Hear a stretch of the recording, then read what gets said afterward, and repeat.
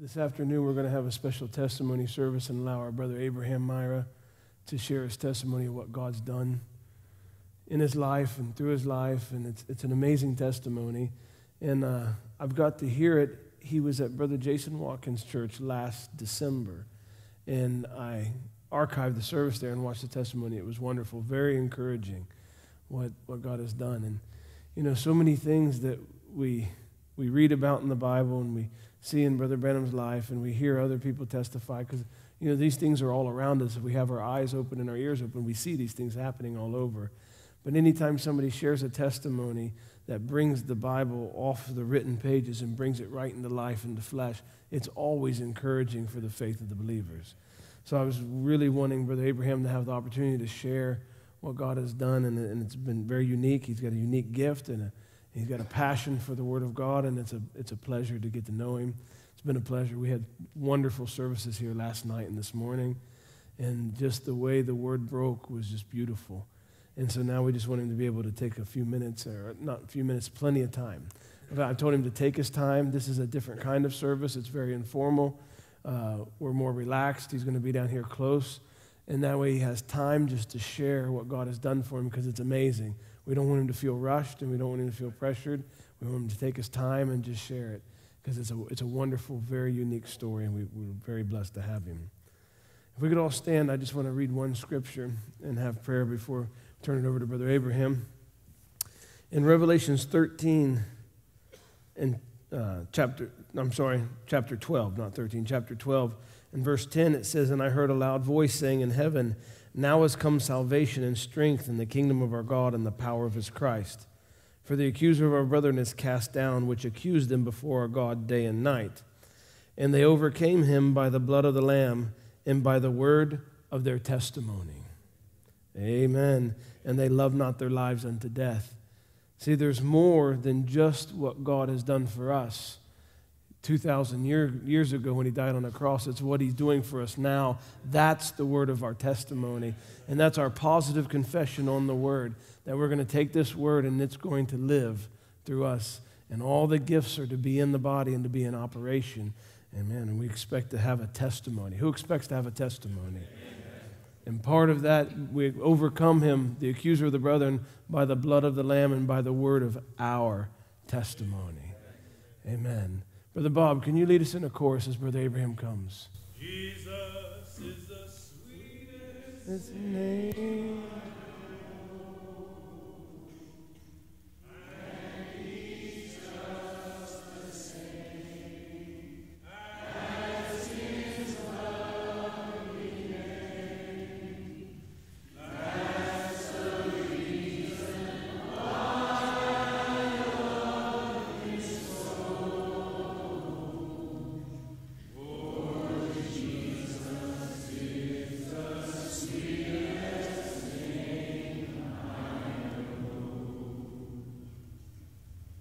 Yeah, saints, I want to greet you all in the name of our Lord Jesus Christ and appreciate you for coming and not to hear my testimony, but to hear what grace has done. Like we sing, what grace has wrought in my lowly station. It's just grace, and maybe let's have a word of prayer once again. Loving Heavenly Father, what a moment.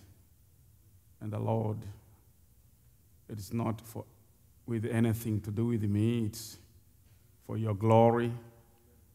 And Lord, you know, we are here by your grace and for your glory. And all that has been done and that you continue to do, I believe, Lord, that you are there to prove your word. And that you are the same yesterday, today, and forever.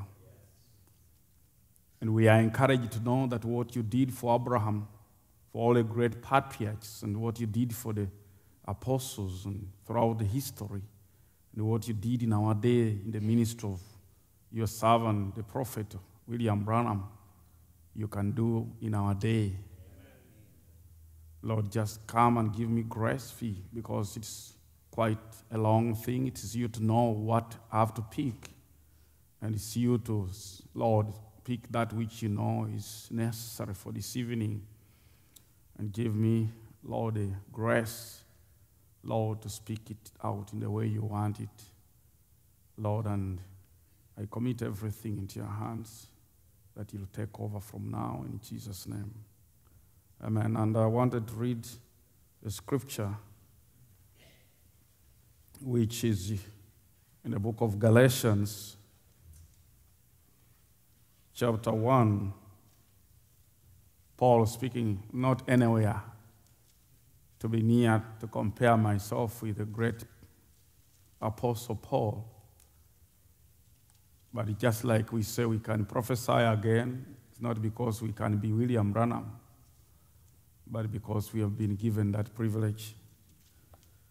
So Galatians chapter 1,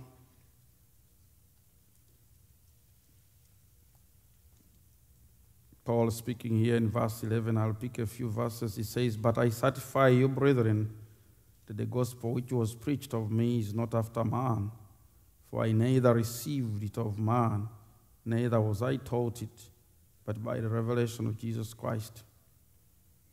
And he comes down in verse 15, he says, "But when it pleased God, who separated me from my mother's womb, and called me by his grace, to reveal his Son in me, that I might preach him among the heathen, immediately I conferred not with flesh and blood." May God add a blessing to his word and bless you. You may be seated. As you realize, I've not come with any notes because I didn't want to presuppose, to be prearrange what I'm going to say, but just to let the Holy Spirit decide what I should say. Because I think if I'm to speak my full testimony, I may need 7 hours, which you don't have. And I normally pick a few things that the Holy Spirit wants me to speak about. And even the other time I testified in Beaufort, I think I talked just from when I believed up to 1995, and that was all. But my life, I would want to tell you that I hardly speak about my life back home because it's a bit hard, even testifying, apart from picking a few points, because God eventually saved the people that were part and parcel, that contributed to my suffering, that used to play the negative part, and now they are in the church. So you can't just testify about somebody who stripped naked and cast you and is now in the church. You can't mention those things about those who used to whip you, those who used to do this, and they are sitting right in front of you because they just break out and start crying, and they are also embarrassed. So I can hardly talk about it back home. But I'm born 1970, December 20th, and I'm the third born in the family of about 11, and we grew up we're born in an average African family. We didn't have much. Unfortunately, my parents were, of course, Anglicans, but nominal Christians who didn't have much when it comes to practicing Christianity. And much as there was that religious sentiment, religious inclination, there was not much to do with it. But myself, I was born, I think I would say I grew with a different nature, because I wouldn't really want to mix so much easily and freely with others. I grew like a secluded life, and I enjoyed being myself. Although I was very, very bright at school and things like that, but still it never made me interact so much. Apart from that, I would maybe be in debating clubs and things like that, but that would be it. Well, I remember the devil targeting me as early as when I was just 4 years, when there was a certain uncle who attempted to poison us. I think all of us three, the sister whom I followed, myself, and the younger man who follows me, because I said, I'm the third in the family, third born, but I'm the first boy. The elder ones were girls. So one day we were walking somewhere to go and fetch water with my elder sister, the one I follow, and the boy who followed me. And we met an uncle.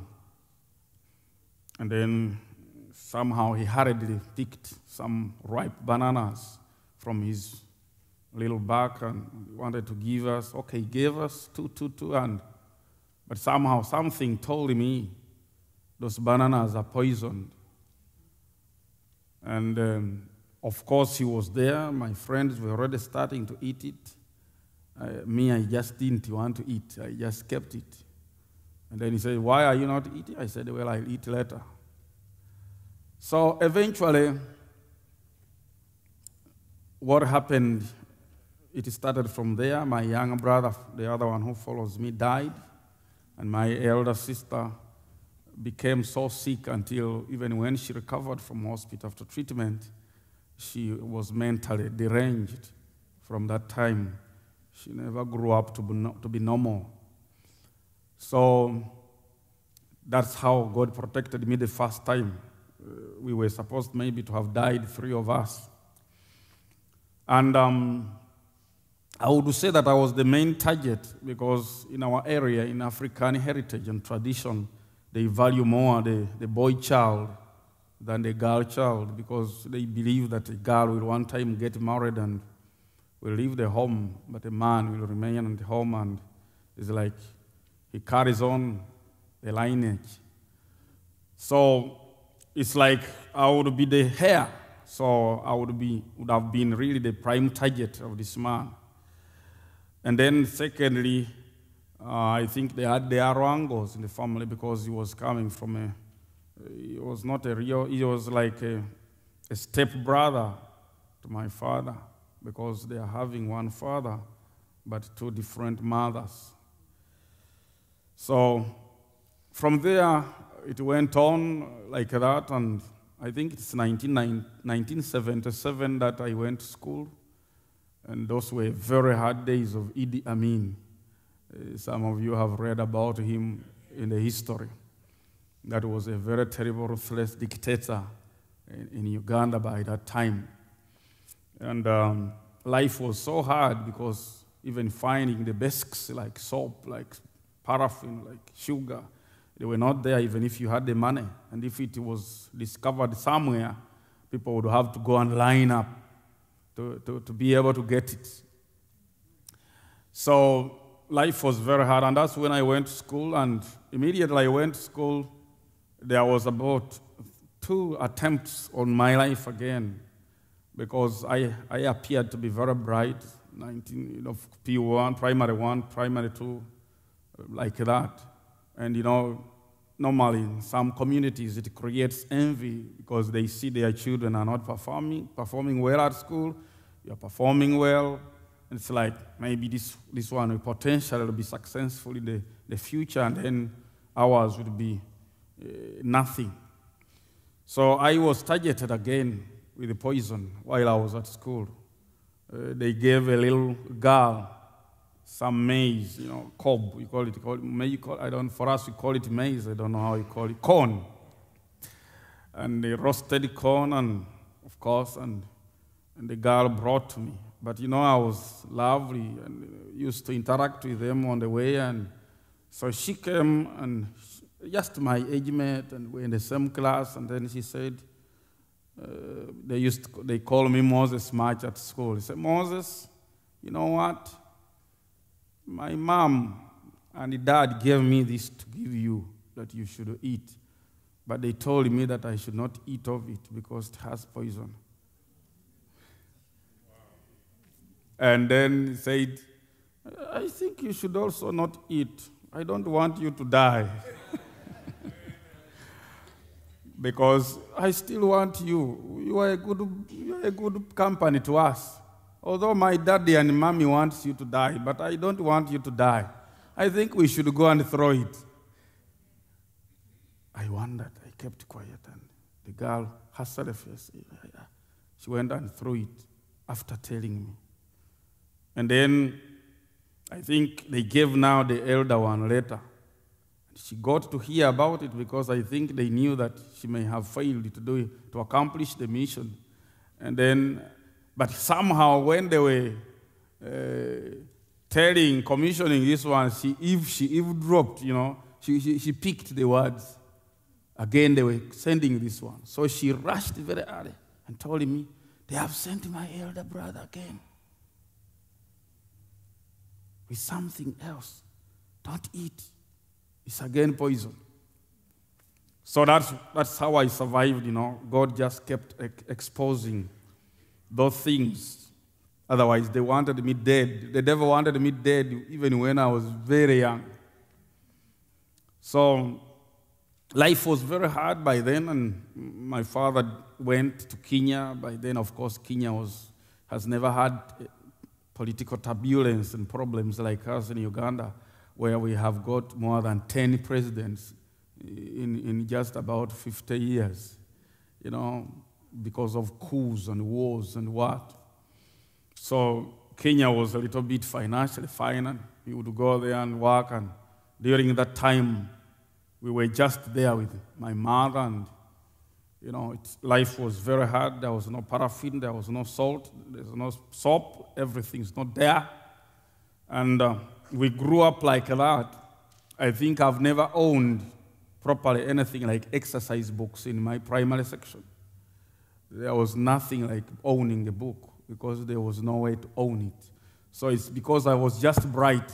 The teachers, who were practicing teaching, would just give me their papers, and because I was the brightest always in the class. So, and that's how I went on like that until I finished P7. But that was the year, I think 1983. I think something like that. So during that time, I think, that was P6, I think, P6. 1983, I had come from home. It was March the 10th of 1983. I had come from school in the evening time, and they gave me food to eat, and I didn't feel like eating. I ate, but I had no appetite, feeling very uneasy. I wondered, and my mother was asking, "Are you sick?" I said, "No." And then I just went to sleep, and then I don't know what happened. Instead of sleeping, I just could see like I was not sleeping, like I'm sleeping, but I'm seeing certain things. And then I could see like the whole world was burning, and I was standing somewhere like on an anthill or like a small hill, and then like the fire is coming towards me, and then I was like screaming. Then somehow I was lifted up by what I could have called maybe a hand or something, and then I found myself some space off the ground. And then somebody was showing me, said, "Have you seen that church?" He showed me exactly the shape of the church, the Anglican church we're praying in. He said, "That church, I've left it. It's no longer my church." And he showed me a nearby Catholic church. I didn't like Catholicism, but I used to like their singing. So I was like, they sing very nice. Said, I'm not there. And he showed me all about the denominations. That's why they said, that one, I've left that long ago. And then he says, I've called you, and I'm going to make you preach my word of truth in this place. And then he said, your ministry is going to be very wide and very effective. Use the statement in our language, converting now my language into English sometimes is a bit hard, but it was like it's going to have a real impact. So, and then he says, when you come out of this, that was a Friday. He says, on Sunday, go to that church and confess salvation from there, but that's not your church. He says that you'll be there for some time, you'll move to a few other places, and then after that, I'll reveal my truth to you. And then after I will have revealed my truth to you, you'll be able to preach that. So then I came back to myself like, oh, what happened? You know, but I used to be a religious boy. My father used to send me a lot, you know, and I would run because you would just run, you know, because there are so many errands. Go here. He used to be a chief. So in those early days, he would send you here, send you here, send here. So I used to run, but then whenever I would pass by a church building, of course, there were no doors in most of the churches. I would just feel there is God in that church. So I would sneak, maybe if I look this way and I would see somebody, I go and kneel, and whatever I prayed, I don't know. But I would pray and come out as a little kid. And then, you know, until one time a reverend phoned me. I think I didn't know he was in his office, and then he saw me in the corner of the church, and when I said, oh, whose son are you? I was too scared, I took off, because he was wondering, who is this, whose child is this little boy that he can come boldly in the church and kneel and pray. So I had that kind of nature, and of course it was unexplained. You can't explain it because my parents were not that type of people. So now, the next Sunday, I went as I was told, and there was a denomination called Christian Fellowship Outreach. And it was a new Pentecostal church that had come, and I went there, and I started praying from there. I remember the next Sunday, I gave a testimony, and my testimony was in Matthew chapter 5, from verse 1 to 12. That my first testimony was a scripture. So they loved me so much, they even gave me a Bible. And then I was there in 1983. And when it came to 1984, I started having problems with that church because the gift that God had put in me would show me exactly what the pastor is doing. He was having affairs with the believers in the church, with other women, and even the deacons. They were living that kind of life. So I went there. I saw something like this and this. I saw you with the other woman, you know. And I said, shh, yes, it's true, but don't tell anybody. Of course, they also originally respected gifts, you know. And they will say, oh, yeah, God is using you, but don't tell that one. I'll put that right. And then God will show the things continuing. So I felt uncomfortable. How can such a man who is doing such things stand before me and preach? But it's like, but now where do I go? I'm just a young man. And young boy anyway. Which other place? I have nothing to do. So, and then it was that 1984, before anything, there was a man who came and preached something. I didn't know that he has got the message, but he now owned it as his revelation. He would read message books and then preach as his revelation, and then mix it up with his own ideas. That one I found out later. So he preached something that looked true. So that church broke, and I also among them who left, because now it was obvious the pastor is living a life that's not Christian. So we went, and then it was again interesting that when I attended there for a few months, and he was a big man, denominational, powerful, you know. So he came to hold meetings in that place, and it's like, maybe I'll go and greet this.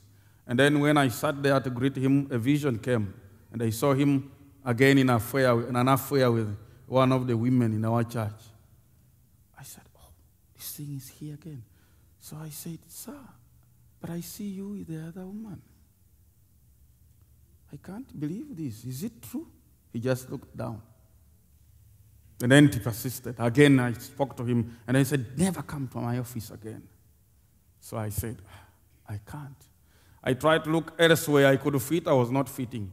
But it was during that time that persecution started because somebody came and alleged and told my father, actually an elder uncle, he told my father, you know what, your boy went to town and I found him on the streets of Valley Town. He was begging on the streets, and yet we had gone for a fellowship somewhere. And he brought that lie. So I said, what are you talking about? But I was really seriously beaten that day. And yet we had gone nowhere. We had just gone to church to pray, but he wanted to sort of, start that kind of, because he's an elder uncle. It's like he looked at me as a pestilent fellow, younger boy coming up, because already I was trying to talk to his sons and daughters about salvation, and they were ready, because it was a conservative, traditional, and superstitious, I would say, superstitious kind of area with a lot of superstitions. So, and what happened after being beaten seriously, I was now told, you are not going to go to that church anymore, you're not going to go to any place for fellowship, you are not going to practice your so-called salvation here, you have to go back and drink what we drink and do what we do, because at home they would drink what they call waraj, a local gin in our place, and a very alcoholic drink, and my mother was in it, my father was in it, and a lot of that. But I said, I will never do that. And every Sunday, when time came to go to church, they would get my clothes and put them in water and soak them. And then I would also get them and wring them out and put them on and go to church. And then when I come back, I'm beaten. There's no food. You starve the holiday, no lunch, no dinner until the next day. Life continued on like that. And it became hard. Every time I would go to pray, I would come back, be treated like that. Every time I would go, that's the same story. And I was wondering why. So, and then when I started witnessing to my fellow young folk, age mates and so forth, it's like they had to come up with a bylaw, clan elders, that forbid all the boys and girls from speaking to me. So every moment I would step on the road like this, my fellow boys and girls would run away like they have seen an animal, because no one was supposed to be seen talking to me, because I'm a very dangerous younger boy. And then as that thing grew, that sentiment against me grew within the clan circles. A clan in the African setting is a very powerful organ. A clan, a bunch of families from the same origin. So the resentment started, and my father was embarrassed because every place he would go to drink and so forth, I would be the subject. Because out of the blue, I'm saying I'm saved, and there's nobody who is saved. What do you mean by salvation? And they couldn't understand. And it's only my mother that I would try to speak to. In my, being a younger boy of 14 years, 15 years, that age was too young. So they would beat me, but of course, I would now know what God told me. I couldn't go back to those denominations that God told me is not there. So eventually, it became very hard, because my father now refused to pay my fees and expelled me from home. Of course, they sat as a clan. They would beat me as a clan, cane me one after the other, the so-called clan elders, to try to instill, to restore discipline in me according to their thinking. But the more they would beat me, the more I got an anointing of resistance, I would say resilience, that they couldn't manage, because I would just now ask them the questions. I said, I've always seen you beating thieves, robbers, maybe adulterous people, people who are warm, who are moving around with, rumor mongers and so forth. But what have I done? I think one time I got so bold when they had gathered at our home and my father had called them and trying to tell them how terrible I'm becoming, terribly worse every day. And then they gathered very early in the morning, everyone ready with their stick. I questioned them, I said, come on, I don't understand. If my father has seen anything dangerous in me, the Bible gives him a right to punish me. If I am doing anything wrong, if I'm disobedient, if I'm stealing, if I'm running around doing anything wrong. But if I am reading my Bible and you find me reading a Bible and you beat me for reading a Bible and you have a Bible and you also go to church, I don't understand that. And then who are you to tell us about the Bible? Who are you to tell us about Christianity?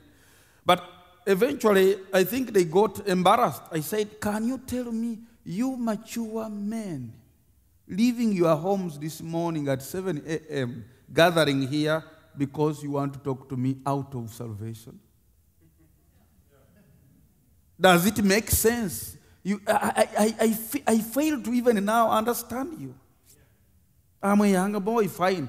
But can you tell me what crime I've done?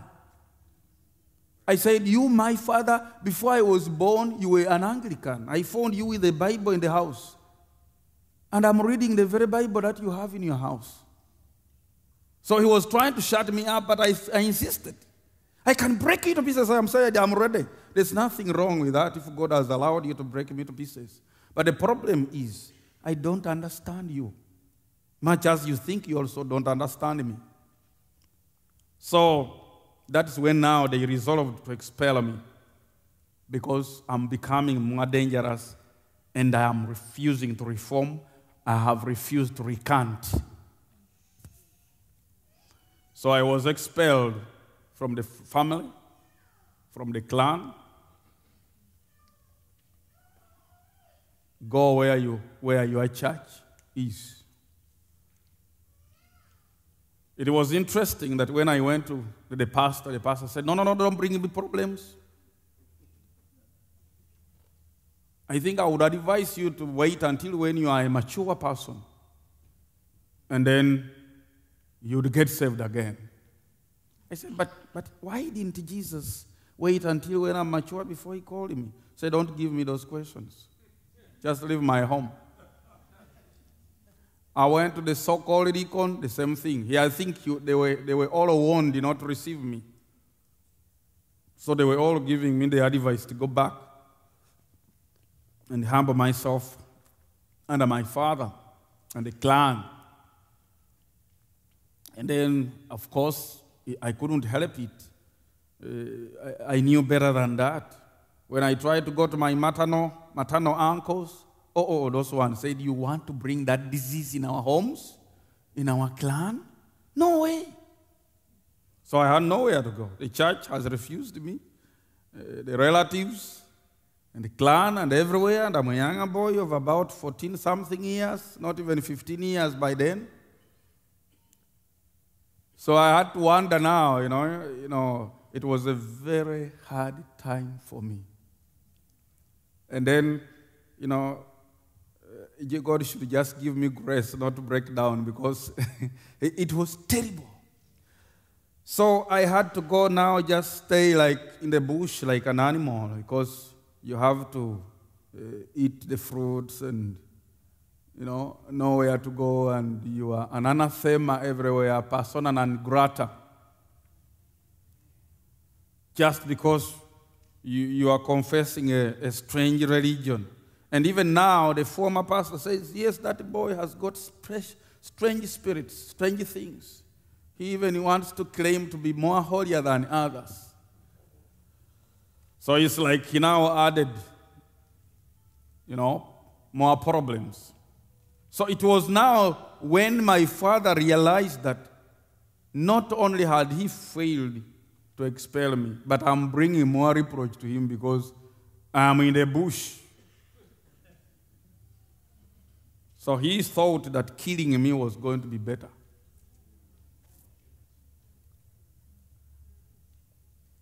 And he hunted me for me, but of course he couldn't get me. And then as time went on, I think he found people who knew, who told him, we always see him, we know where he is. And then it's like they wanted to help him out. So they negotiated. He says, if you kill him, I'm going to give you that car. But here's some money. Please make sure you take away that embarrassment from me. According to him, I was an embarrassment. So, but unknown to them that was that as they were talking, I saw everything in the vision right away. I just looked at them, how they talked, the money that they were given, how much, and the car they were promised. And then there were 3 men. So after some time, the next day I went and I met them where I knew they were, and there were other men around. And so when they saw me, it's like they were surprised. Then I said, well, I've come. Yesterday you were with my father. You promised to kill me. Here I am. And then they looked at one another. I think they were more shocked. And I said, yes. You are surprised because I'm telling you this, and yet you talked in the closet. Even my mother would not know what you are planning. But you were given so much money, and as a deposit, so that when you execute the work, you'd be given the other car, isn't it?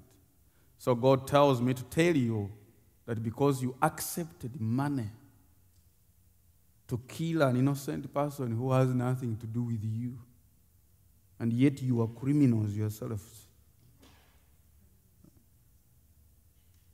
You are criminals, you are thieves, but they have not killed you. Why would you want to kill someone who is just serving God? So because you accepted the money, you are going to die. I said, in 3 months, all of you 3 are going to be dead. And these other people heard, and they looked at them. And these people never answered a word because they were embarrassed.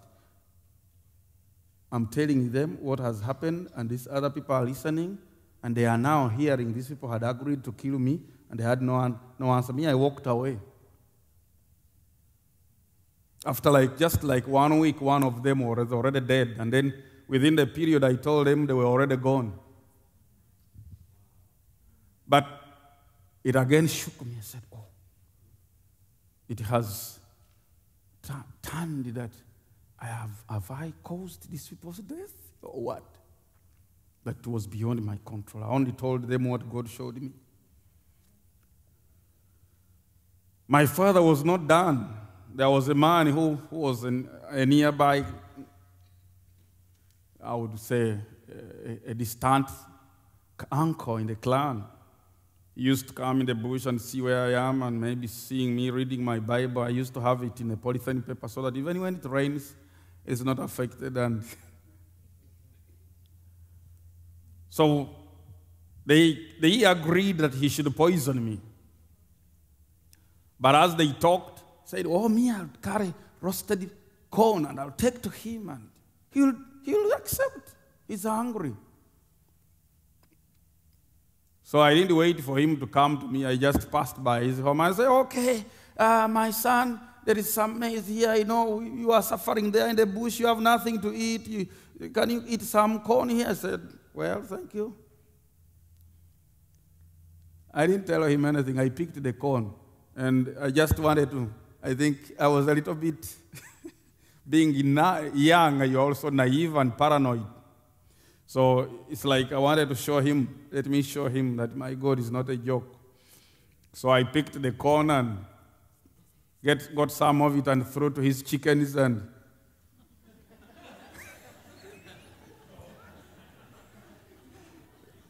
then he said, no, why do you throw very good corn to the chicken? I said, well, I think there was a bit here, a part which was burnt, so I just give the birds. And then I kept going as if I'm eating, and then I went. But it was, I think, something very terrible because in a short time, my hand started itching seriously. And then when I looked, I tried to peep around his home, I saw the chickens had already died in a short time. And here I am, I was. That was so past. So I remember it was such a time that my mom, a mother's heart is always softer, because she had tried to persuade me out of this strange religion, but she had failed. And I was adamant. I said, Mom, I love you, I respect you, even my father. But the problem is, what I am, I can't help it. I never designed it. I never wanted it. But God has done. Say, stop. You see how we have got reverence and so forth, but they are not saved. I said, don't tell me. I know better than that. So, but time came, she started now having those feelings. Of course, one time she followed me and said, my son, can you come home and have some warm meal? Your father is not there. And, well, I said, maybe. So I went there. No sooner had I sat to eat, the man came. And then he said, today I've got you. I told you never to step in my home. Now, why have you come? I don't eat my food with animals. And he already had his machete in his hand, and he was very ready and serious to kill me. But I was so hardened by the cold and the rain and what I've seen in the bush that death was no longer a scare to me. It's like that would have been a very quick way for me to go home. So when he said, I give you 5 seconds to denounce your Jesus, to denounce your salvation, or you are hacked to pieces. Whether they put me in prison, I'm ready. And you could see his face shaking with the anger, with the rage. And his eyes turned. I said, you see, Dad? Don't call me Dad. I said, fine, I know you. Maybe you deny me, but I don't. I said, maybe you can miss, but I want to tell you one thing. I will never deny Jesus. I said, here is the throat. If you want, here it is. And I bent my head like this. And he was going to cut me. But you know what happened? I just felt like the house was shaking. Then what I saw later, the power of God lifted him up and threw him some many meters away. And the machete fell away from him, and he fell the other side. And then I stood up calmly and walked out. So I went back to my woods, and of course, he wanted to do harm to my mother. I said, don't. Here I am. Before he failed like that. So when I went back, it was during that time that my mind started getting so depressed. It's like I couldn't understand myself. I'm a younger boy. My friends are at school. I see them passing from school, going to school in the morning, coming from school in the evening, playing at their homes. And why am I this? And I got really depressed. I got really bitter. I said, I thought of committing suicide,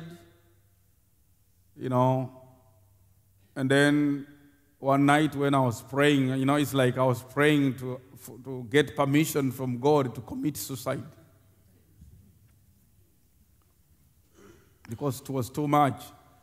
So then as I was praying, I saw a vehicle in like a lorry, like a truck. It is being weighed in a scale. And then afterwards, it is being loaded. And then again, and then a voice says, like that vehicle is weighed before it's loaded. You were also weighed before this came. And you'll pull through this one day.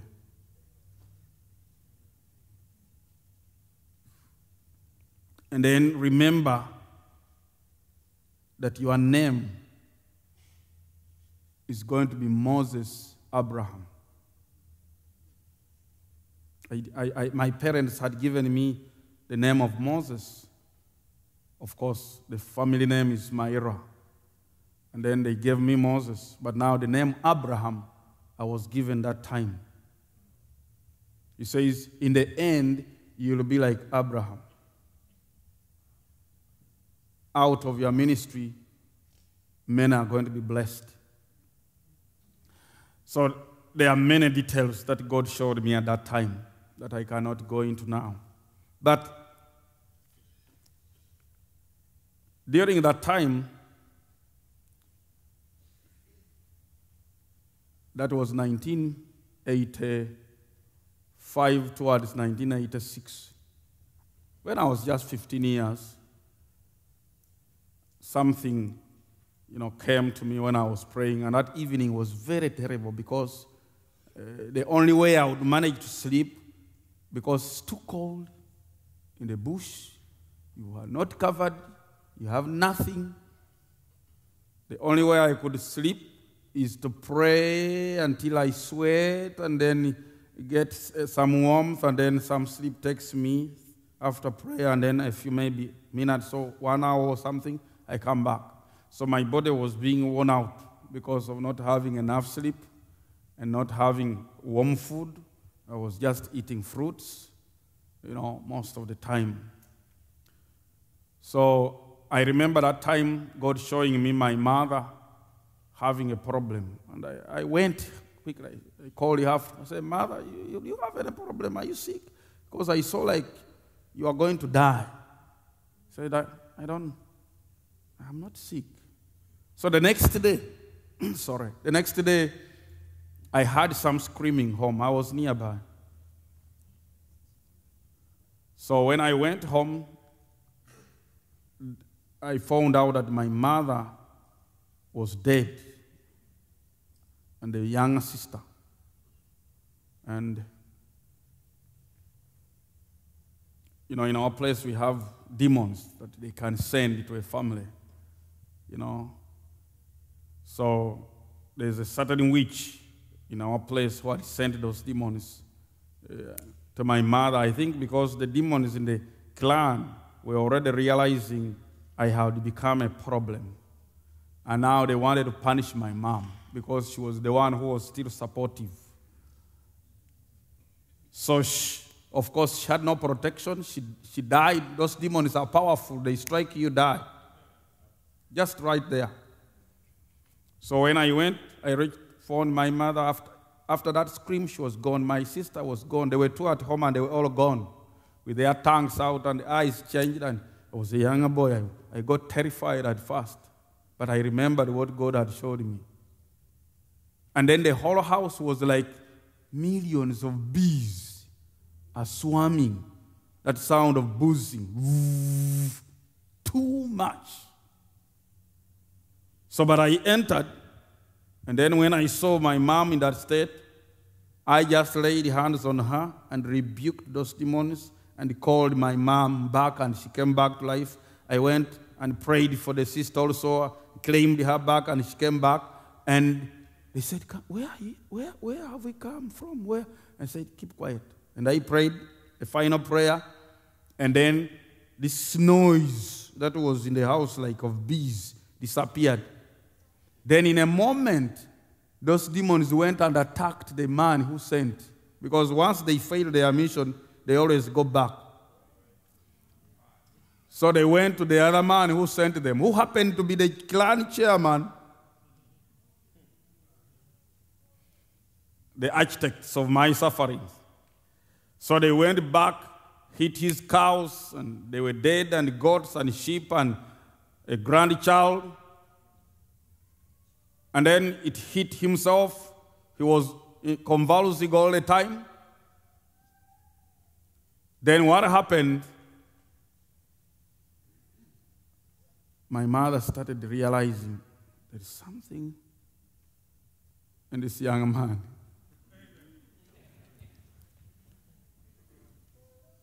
So it was during that time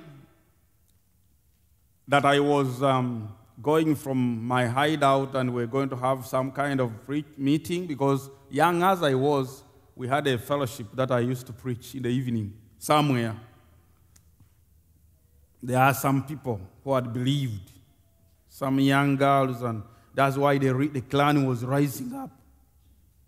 Because they not only had failed to take me away from what I had believed, but also other young girls and boys were believing, and there were also some men from a distant area who had believed. And they couldn't understand. So now, my father was still intent, still planning against. So, that day, when we were walking in the evening time by the roadside, my attention was drawn to the side of the road. It was about 7 p.m., and I saw a very big ball of light. And then my curiosity increased. I said, never seen such a light. Moreover, in evening time. What light is this? So, as I got near and nearer, it's like I wanted to find, is this fire? But when I tried to stretch my hand towards where it was on the ground, not just on the soil, but it was like there was a grass, some heavy grass there, and it was like setting on top. And then I wanted to find out. Then my hand got paralyzed and I couldn't move again. And then I said, this is strange. And then I called my friends. I said, we were about 4. I said, have you seen this light? At first they could not see. But later on they came on. I said, yes, we see. But what is this? For them, they were very scared. I remained there. I tried to stretch my hand again. It just got paralyzed. I couldn't touch it. I couldn't come near it. I just feared. And then we went on, and we went to have our meeting. I preached, but I was nervous that evening. I didn't have peace. I wanted to find out what that was. So as we were coming back, of course, each one went his way. And then as I was coming back, singing my song slowly before I got where I normally stay, there was a big bush on the sides of the path, just like some 4 meters away, or 3 to 4 meters away. And then I reached somewhere like here, and then my feet could not move. I could not lift a leg.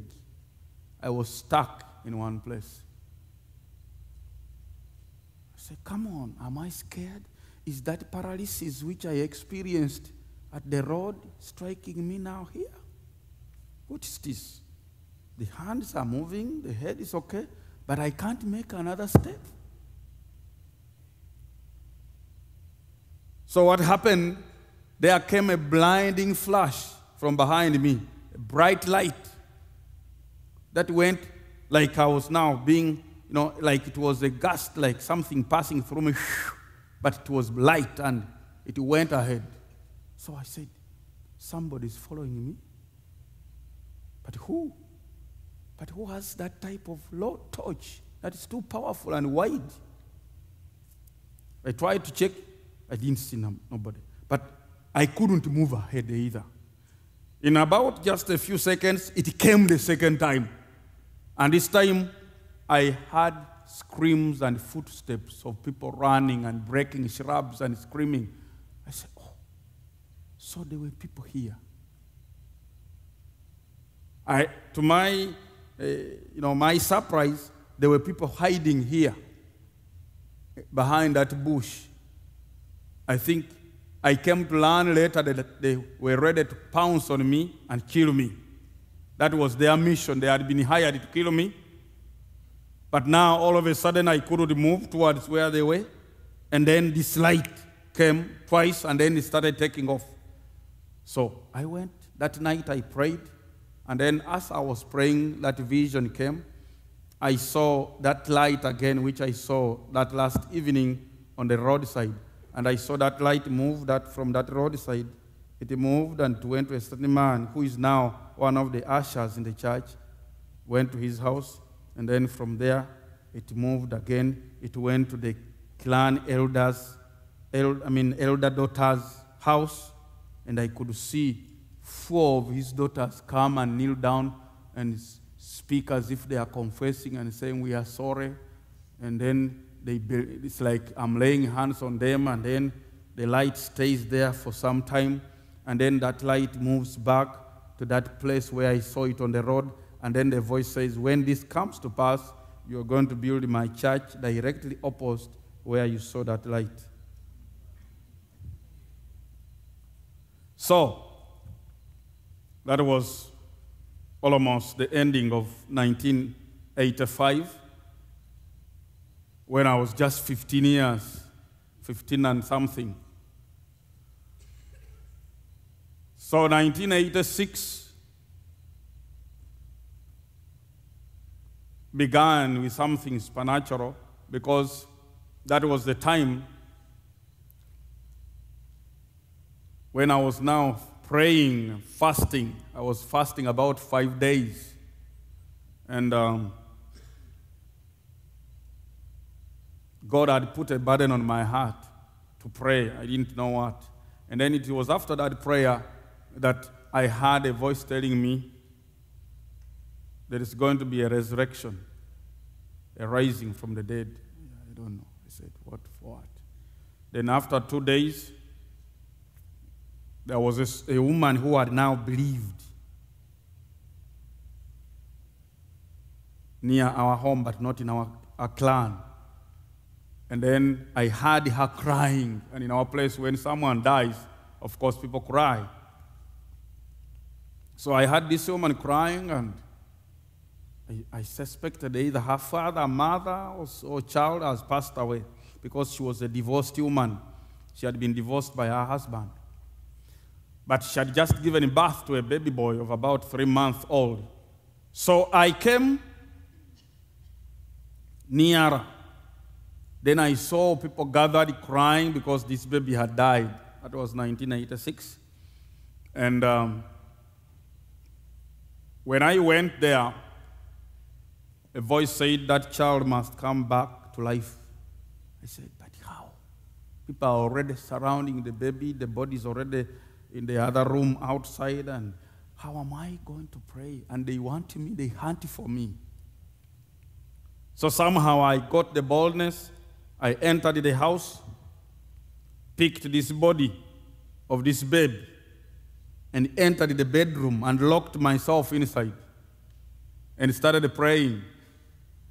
And then they said, aha, today we have got him. Because that's a very terrible thing in our tradition. You can't carry a body from the sitting room back to the bedroom.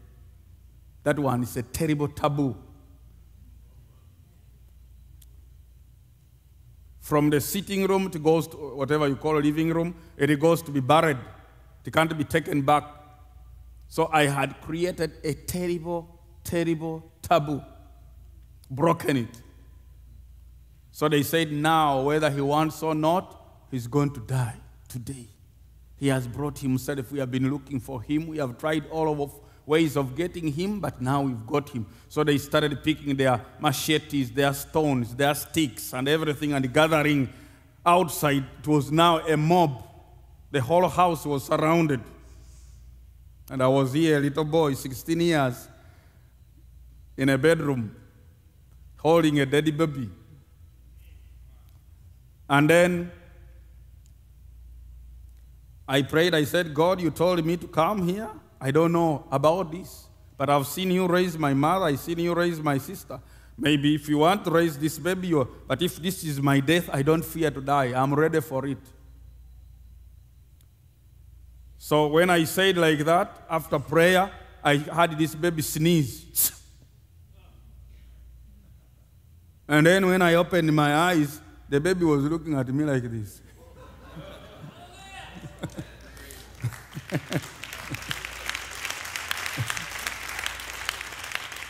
Then I carried the baby, and they were now breaking the bedroom door to get me. Now, when I opened the door, they were there with their machetes because they wanted to separate me from the body of the dead baby before they hack me. That was their program. But now, when they wanted to look at the dead baby, the baby was alive, crying, wanting to suck. And that became of a terror to them because that is something they have never seen. Everybody threw down their stones and sticks and started running away.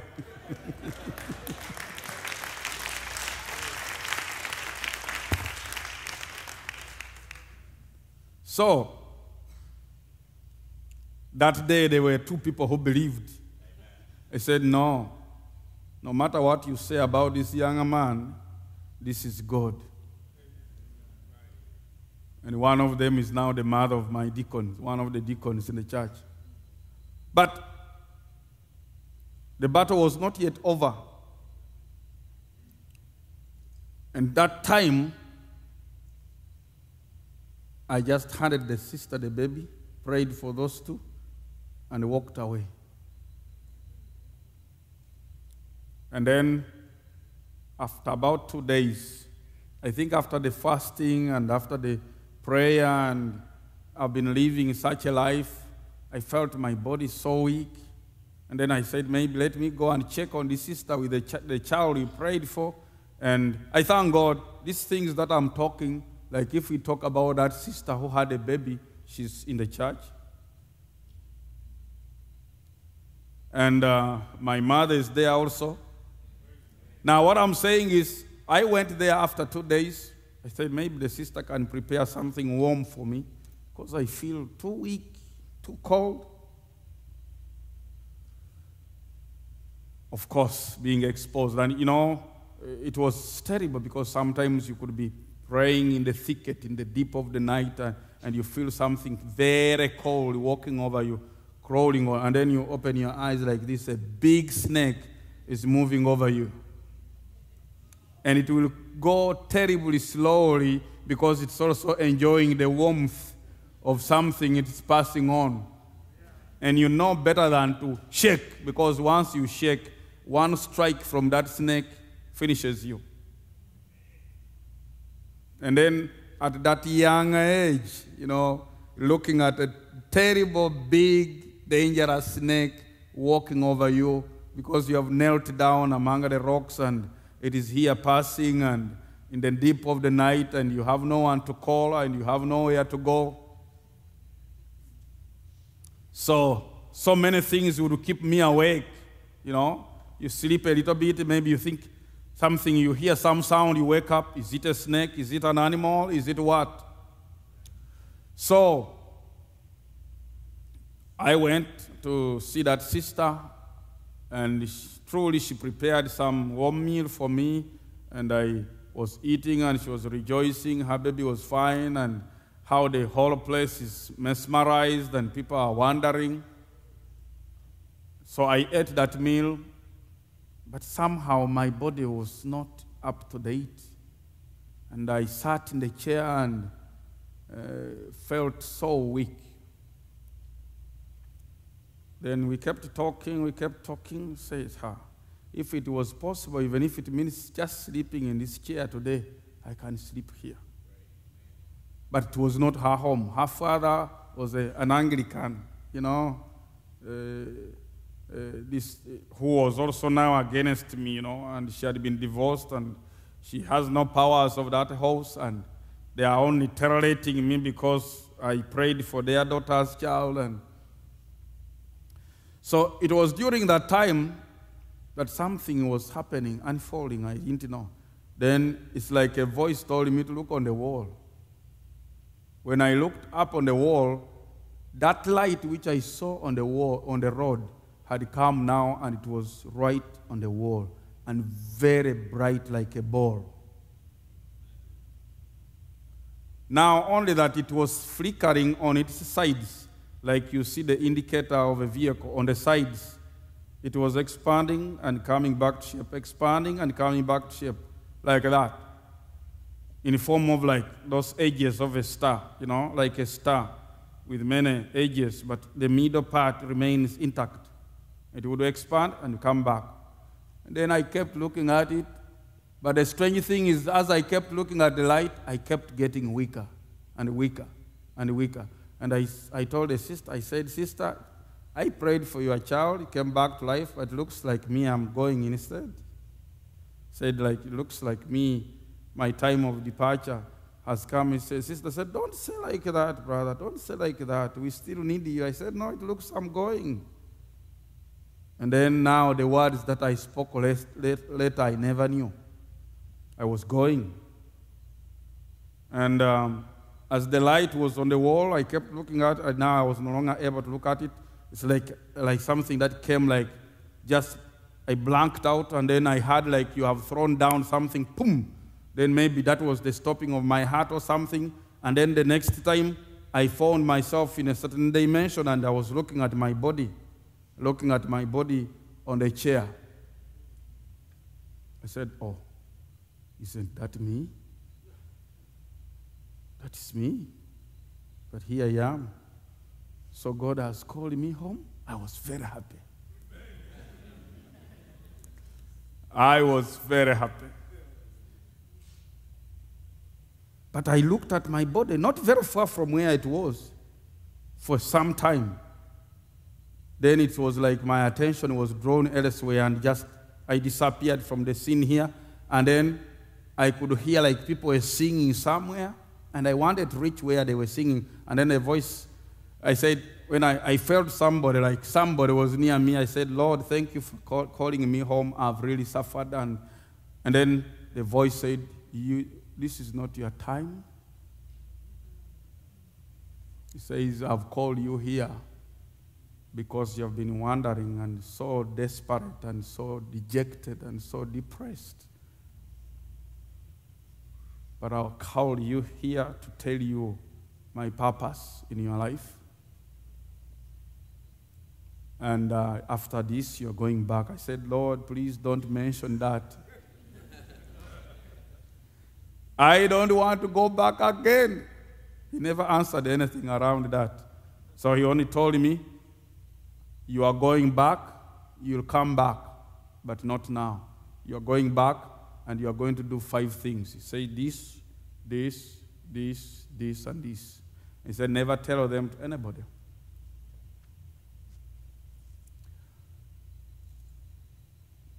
So I never now answered anything, because it's like I didn't want to say I'm accepting to come back. But he never added anything either. So the next thing I had, I think the whole episode took about 20 minutes. Then I could see myself back in the body again, breathing, but then opened my eyes. Strangely, that light was still there. Because the last thing I remembered about the light was when I showed the sister, I said, "Sister, have you seen that light?" And she said, "No." "Which light?" And then when he said, "Which light?" she saw it. And then she had collapsed also. By the time I passed out, she had also collapsed. So she didn't know now what happened on me until she came back to her senses. And I think when she came back to her senses, she realized I was gone. Because I think she tried to call me, tried to talk to me, touch me, shake me, nothing. And then she ran out of the house because the light was still on the wall. So she went and called my mother. Said, "You are here, but Moses has passed away, and he has passed away in my house, in our home." The good thing, there was no other person. The parents were not there. So,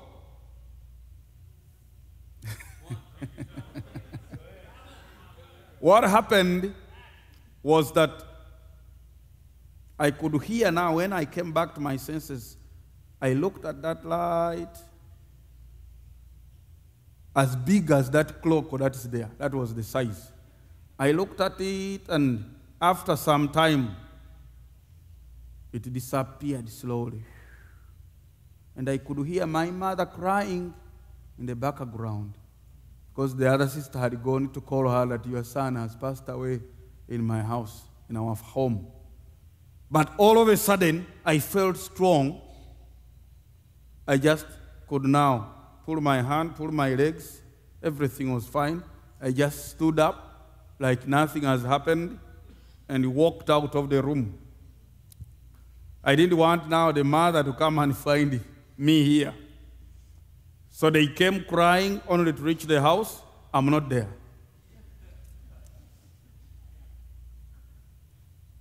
That sister had marked that place for many years where the pillar of fire was, and I thank God she's still in the church also. So that was 1986. And it was during that time that God was preparing me for, because I had now people, a group of people now started believing. And it's like I was now compelled to start preaching, although not so much openly. Because all this time the boys and the girls would see me and they would run away because they would be beaten severely should they be seen talking to me. I remember one time I was standing somewhere waiting for a girl who had told me she's sick and she wanted to be prayed for. And when I was going to pray for her, and then a man phoned me. He's a son to the so-called secretary of the clan by then, and he started slapping me. He said, they told you never to step on the road. You want to step here. You want to confuse our boys and girls. You cursed boy. And he started hitting me, slapping me. I stood there quiet. Then I said, are you done?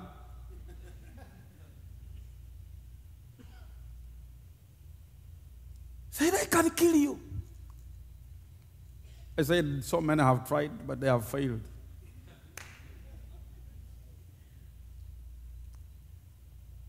I said, I give you the second chance. If you want, you can slap me there. Another round of slaps. And he was there reeling in anger, but somehow he was held. He couldn't. He said, I am better than your stupid Jesus. I said, you have said the wrong word. I said, today, before you put your head on the bed, me, I sleep in the bush with my stupid Jesus, but you are going to die on your bed.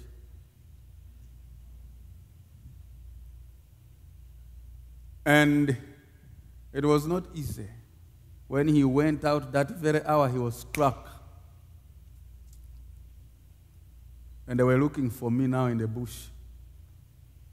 Come, he's calling for you, that he slapped you, that he beat you, and that he abused God.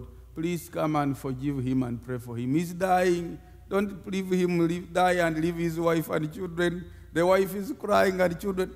They were looking for him. They were shouting my name, wherever you are, Moses, wherever you are. So somehow the Spirit told me, you can go. So I went and I found him like passing out, dying with he's already gone, his whole body is stiff. And then his wife said, the last word he said, tell Moses to forgive me. So I prayed for him.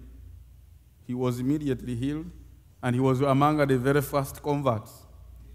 Although he's not now alive, but he died a believer. So strange things now started happening that they were now getting struck back. You know, they were failing to understand what's wrong or what's right with this young boy. So during that time, I was actually literally naked. I had no clothes, no change of clothes, no money, nowhere to get anything. So there is this sister that I prayed for. Her sister, whose child we prayed and God brought back to life, her sister had married a man in Kenya, and the man said, we've had nice testimonies about that young man, and the kind of suffering is suffering. Maybe let him come over and we get for him some clothes and he goes back. So I went to Kenya. They are the ones who sponsored me, and I went, and it was during that time that I was in Kenya that day, the year 1996 was ending and 97 was beginning, and there was some brief war between Kenya and Uganda on the border, and it started happening when I had crossed to Kenya. And now when they were busy fighting, a voice comes and says, go back to Uganda to such and such a place. There's a place called Muanda in our area there. It says, you'll find the truth that I told you about. You'll find it is being preached. That's why no man will ever tell me anything negative about this message.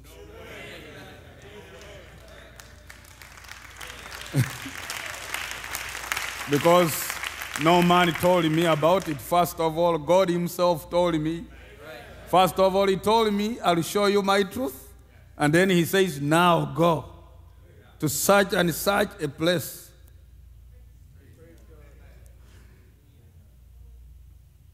And I will skip the testimony of how I crossed the border because it's a long one. But it was so supernatural. Because here people are fighting one another, Uganda and Kenya, and you are coming from Kenya and going back to Uganda, and you are a Ugandan, and you are a younger boy. 16 years. And they would take, the Kenyans would think you are a spy going back to report, and the Ugandans would think you are a Kenyan spy. But God made it supernaturally until I reached home safely. I told you that I'm going to skip certain things because my story is too long. So when I reached home, two things are going to unfold. First thing, I reached the trading center, which is Busiu. That is where our main small trading center is. And then I went to another stage called Muanda, that's where God showed. And then, of course, he said, when you reach Muanda, you turn to the right. And in the vision, I saw some structure. But here, when I reached the spot, I looked down to my right. I saw that structure under a tree exactly like I see it when I was in Kenya. And I said, that is the place. So I went and sat there. So it was a brother called Charles Odipio who was preaching. And he had been invited by a Pentecostal pastor. So all along he came to preach. God had sent him for only one man. One younger boy called Abraham Moses.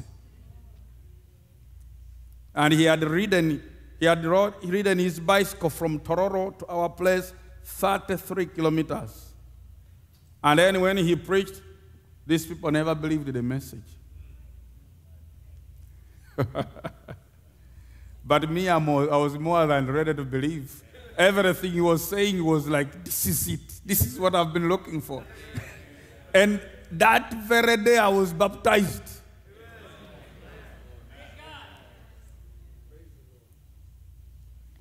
So, and he gave me 10 message books. I didn't know his address. I didn't know where he came back because he expected that this man would invite him again, not knowing that what he preached had offended this man, and that was going to be the end of their relationship. But God had already achieved his purpose. And God had already planted a seed for the message church in that jungle place. So,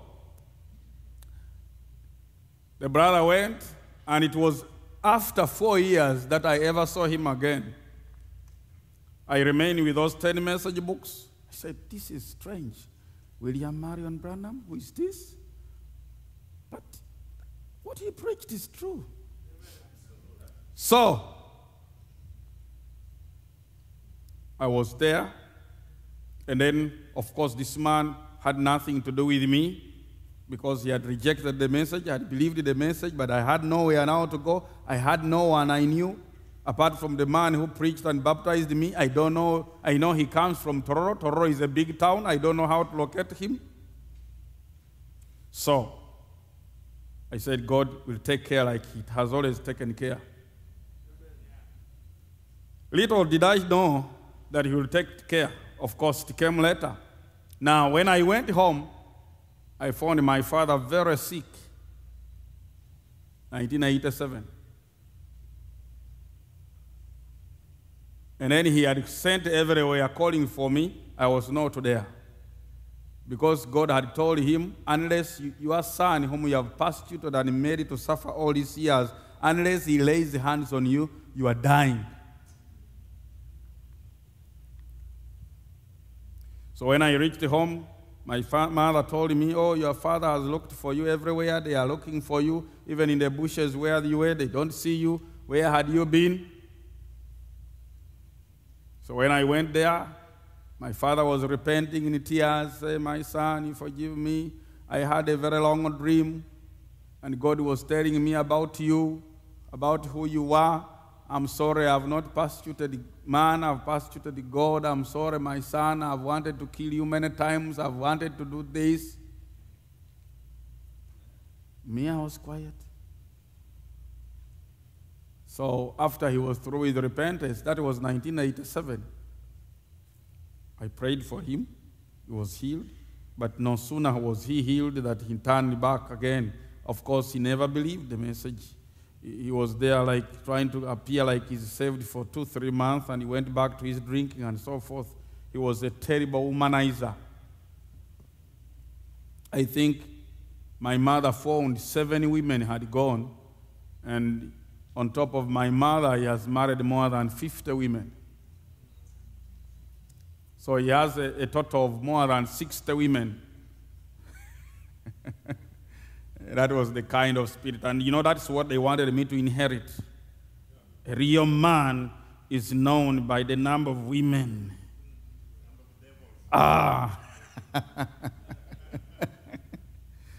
You can't be a man when you only have one woman. That is nonsense. You don't have a man. You must have a harem of women, a number of women around you. That's a real man. So I prayed for him, and then that year I was taken back to school because I had missed school. Instead of joining senior 1 from 1984 to 1987, 3 years later is when I go back to school. Oh, my son, now I'll take you back to school.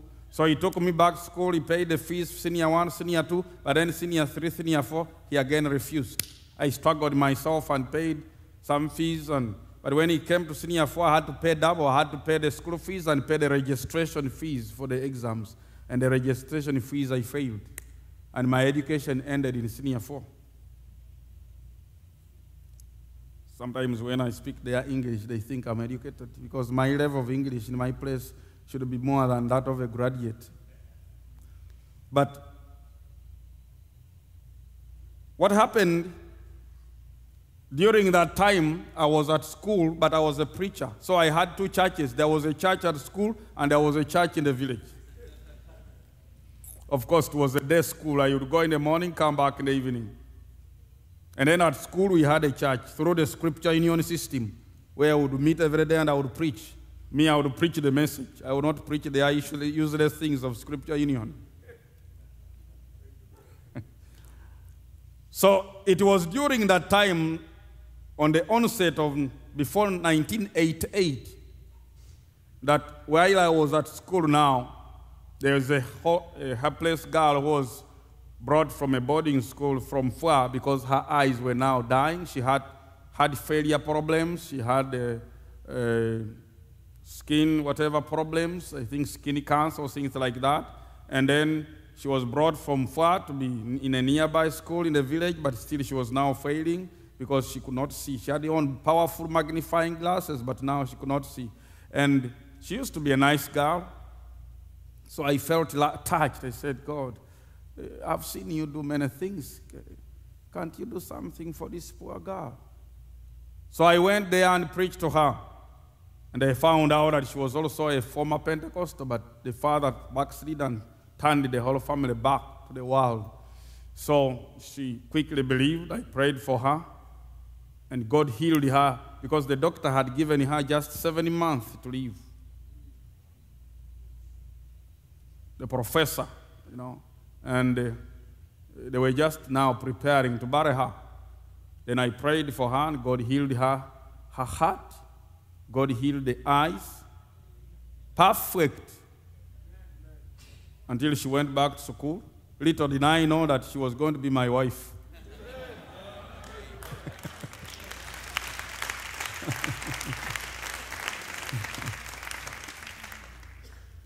So, we went back to school. Of course, we were there, and during that time of school, many things were happening. I was now back home. I was now like a bit mature, 18 years, and I had built my little cabin, my little house. And my father now wanted to chase me. I said, no, you will not chase me. I'll now take you to law. And you prove to me why. What wrong have I done to be expelled from home? So he failed. 1988, 89, I was at home, but now I couldn't dig his hand. I couldn't eat in his house. There's nothing, especially from 89, 90. So 1988, something happens, of course, after the healing of the sister who later became my wife. Many other people believed. Actually, we opened a church that side because her testimony shook the area.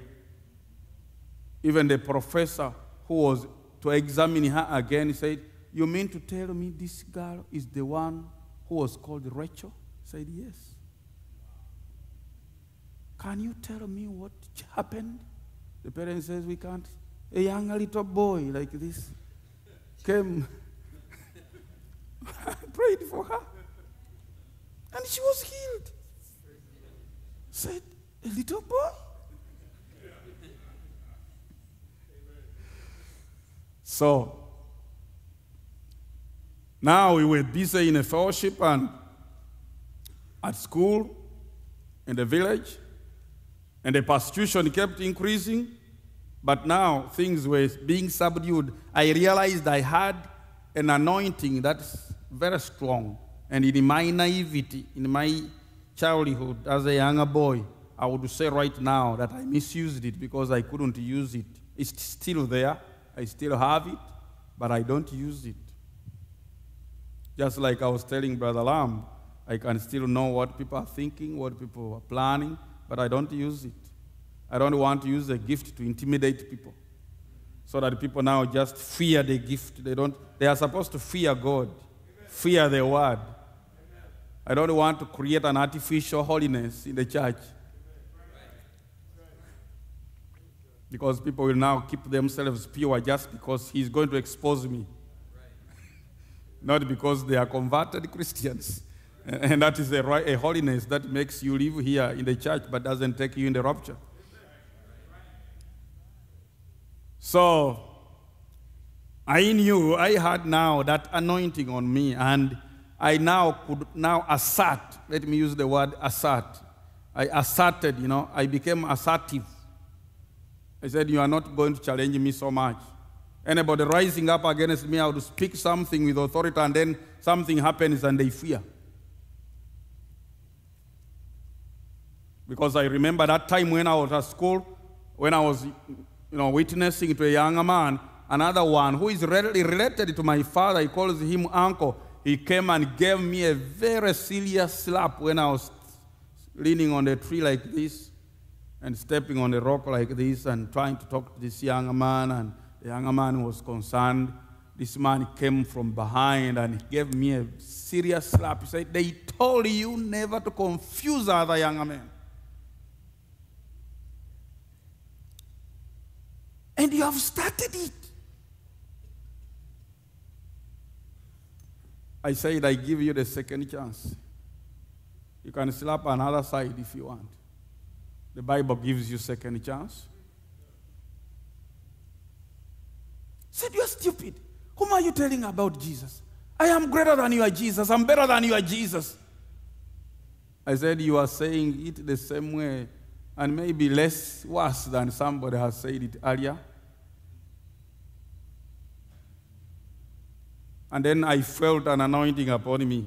And then I said, I want to tell you one thing, younger man. You are not leaving the place where you are standing. You are not going to move even one step till you have known that Jesus is greater than you. And I want to tell you, friends, he started speaking like, I'm greater than. And he landed down there. And he fell on a rock. And he was bleeding. He lost 3 teeth. There. And this younger man I was witnessing to was shaken. And he just knelt down and said, Mairah, pray for me. I want to get saved. I don't want to die. He was just scared. Of course, I didn't talk anything to him because I knew he was not ready to receive the Lord. It was just a punishment. And he rose up from there about 15 minutes later. Actually, at first, he was like dead. Until I had finished praying for this man and started walking away. And then he rose up, looked this way, looked that way, and rose up and started running. Went up to home. He was taken to the hospital.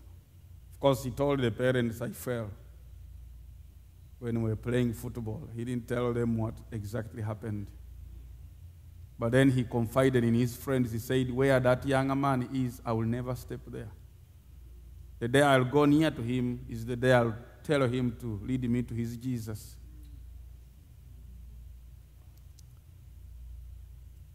So, 1988, I bring the church a little bit closer. And my younger sister, whom I prayed for, who came back to life, starts attending, and we could go on. And my mother got furious. Say, you've brought me a lot of suffering, a lot of agony because of your religion. Now you want to take my daughter. Now you want to take my daughter. I said, come on.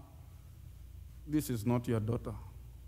If she was, she's no more.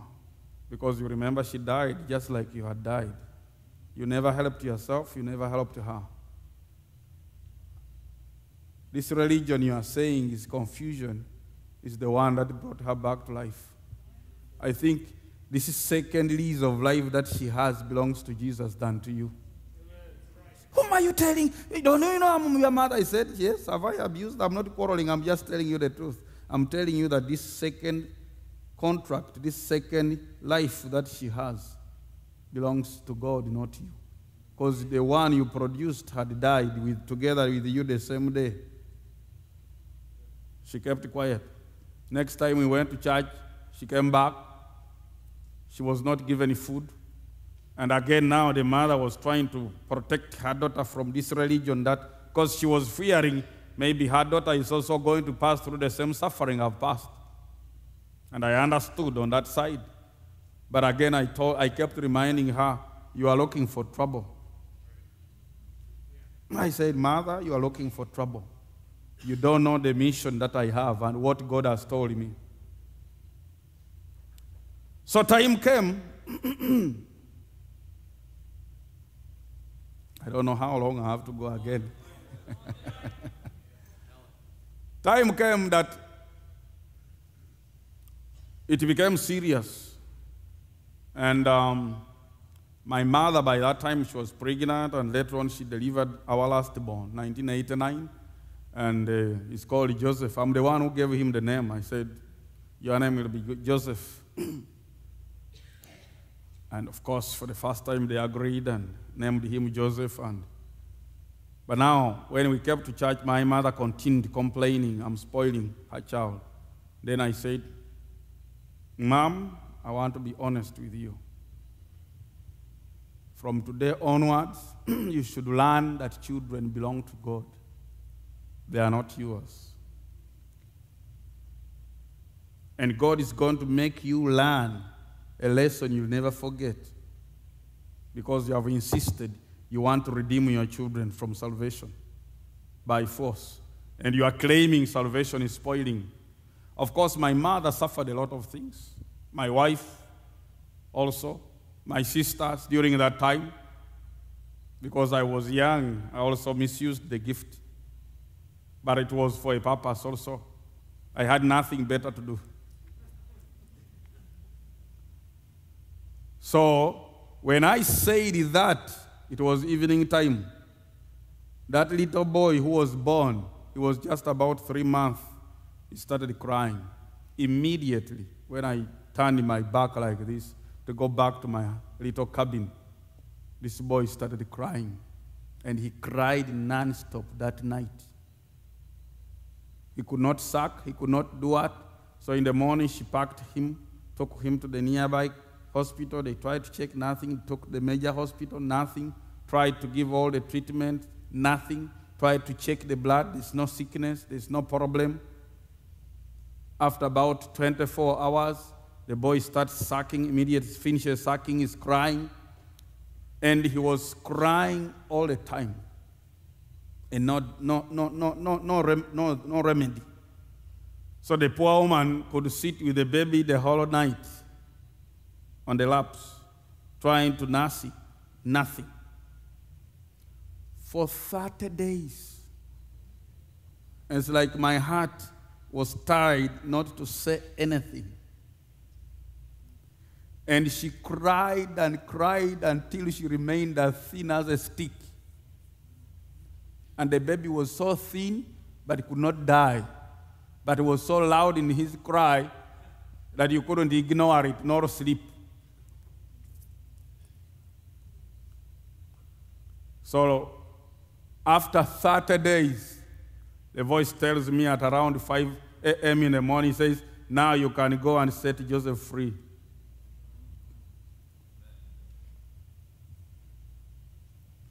And I went and said, I stood on the window outside around 5 a.m.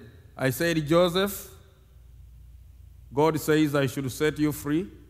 Mom has learned that it's not her who raises up the children. They don't belong to her. They belong to God. And then the boy went,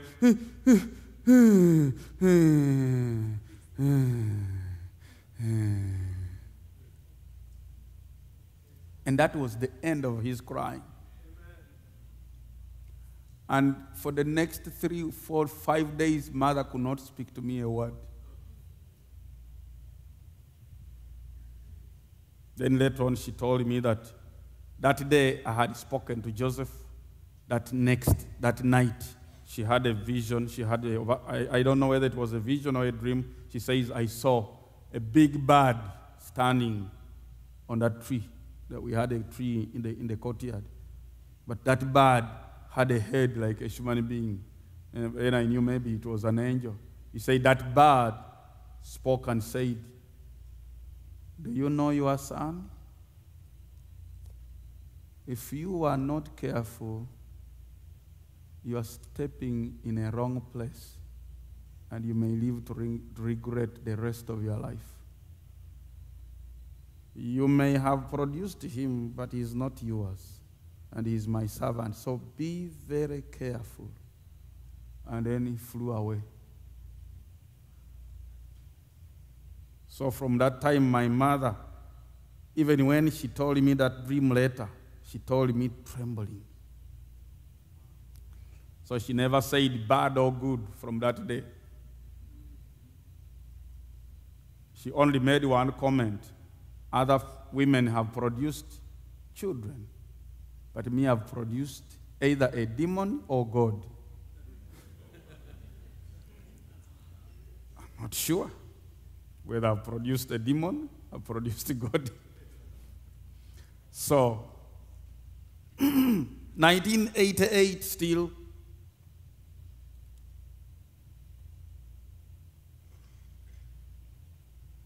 I think it comes to 1989 that we were invited to go. All the pastors, because a Baptist president of the whole country, Uganda, his wife was very sick. And they invited the pastors to gather and fast because the woman had 3 problems. She had cancer on the uterus, she had also hernia, and she had a bleeding problem. So they can't operate the hernia. She has bled. There's no blood in the body. They can't treat. They want to remove also the uterus because it's eaten by cancer. She will die when they operate. There's no blood at all in her body. So, and the man had like already backslidden because the sickness has made him spend a lot of money. And he had now the stench, the smell in the house is too much. He had run away and is staying with another woman some 5 kilometers away. So what happened? They called the other Pentecostal pastors. Me, I didn't go. They sent me a letter. We called you to come. You didn't come, and yet we have had God uses you. We thought you to come and pray together. You young man, you are proud. I said, no, me, I don't work in groups. My God is not a God of groups. So after I had prayed, God told me, you can now go. ABCD is going to happen. ABCD is going to happen. So I went there, and I spoke to the man. You know, that one is a real trained theologian. You know, he has trained up to the U.S. here and so forth. He has, you know, his language of theology. And I told him, you don't mean anything. You see, you have meant nothing with your theology to your wife. And their denomination tells you the days of miracles are done. But why are you calling for pastors to pray when you believe miracles are gone? That means there is a thirst in you that is contrary to your knowledge. What you know is not what you need. You said that makes some sense. I said, don't you need healing? He says, I need. But now your religion tells you the days of miracles are over. So what are you going to do? So I preached to him and his wife, and then the wife was there in a dying state. And the wife said, for me, I'm ready. And the man said, well, if my wife gets healed by your God, by your religion, by the religion of Branham, he was calling it, by Branham's religion, I'll think about serving God again. I said, fine. Then I said, I tell you what God has told me. Your wife's bleeding is going to stop today at midnight. And that will be a sign to you that God has healed her. So he looked at me kind of strange, and in the night, at midnight, everything stopped. And the next day, and nothing, and the next day, and nothing, and the woman who was not eating started eating and gaining the body and everything, and then she went to be checked after 2 weeks in the hospital. And the doctor said, come on, you are just her twin sister. Don't play games here. You are not the woman who was here. He said, I'm the one. And the husband says, this is my wife that I've been bringing. What has happened? She has brand new uterus. The one of cancer is not there, and it was half eaten. It was not even full there. Now she has a brand new full uterus, and, you know, there is no cancer, there is no hernia, there is no bleeding. But the reason I don't rely so much on miracles is because even the people who are pulled to church by miracles mostly don't even believe, don't last. Because you can't believe that that woman is not a believer anymore. She's not. She's now a drunkard. And God healed her of cancer and healed her of hernia and all things and gave her a brand new uterus. She even conceived and produced her lastborn, the 9th child. So,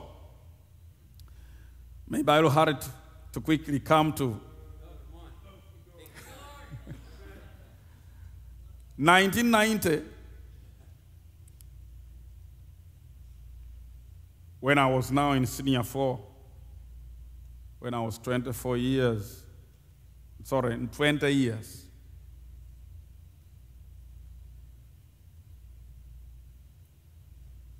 Before 1990 sets in, I think 1989, I had gone to see my father. He had called me to go and pick some money for the children for school fees and so forth and other needs.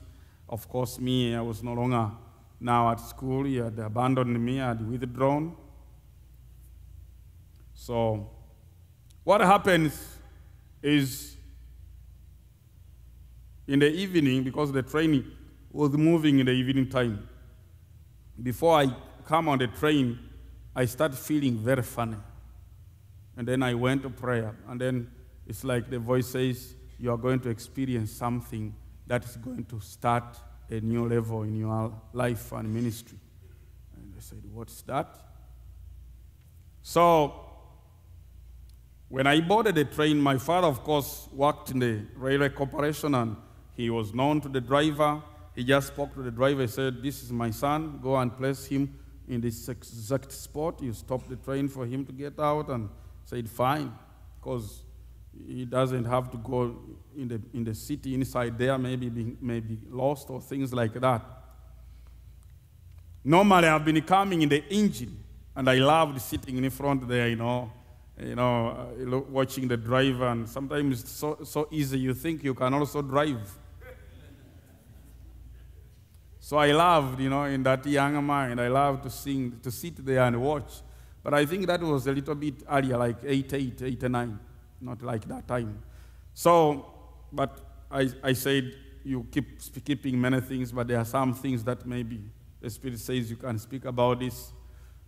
So when I was coming, we passed the first station, we came to the second, we came to the third, and we remained with the 2 stations to reach where I was going to disembark from Tororo. And when we reached the 3rd station, this driver became very hostile. He looked at me and said, come on, you young man, who brought you here? I said, oh, but you have forgotten my father talked to you. Yes, I remember. Mr. Wamono, yes, talk to me. But I don't want you here in the engine. Go back to the very last coach. I said, but those seats were already covered. I said, whether you are going to stand or sit, it's not my problem. If you want, I'll throw you out and leave you here. Or you go back to the very last. And he was about to start. So I felt so bad. Betrayed.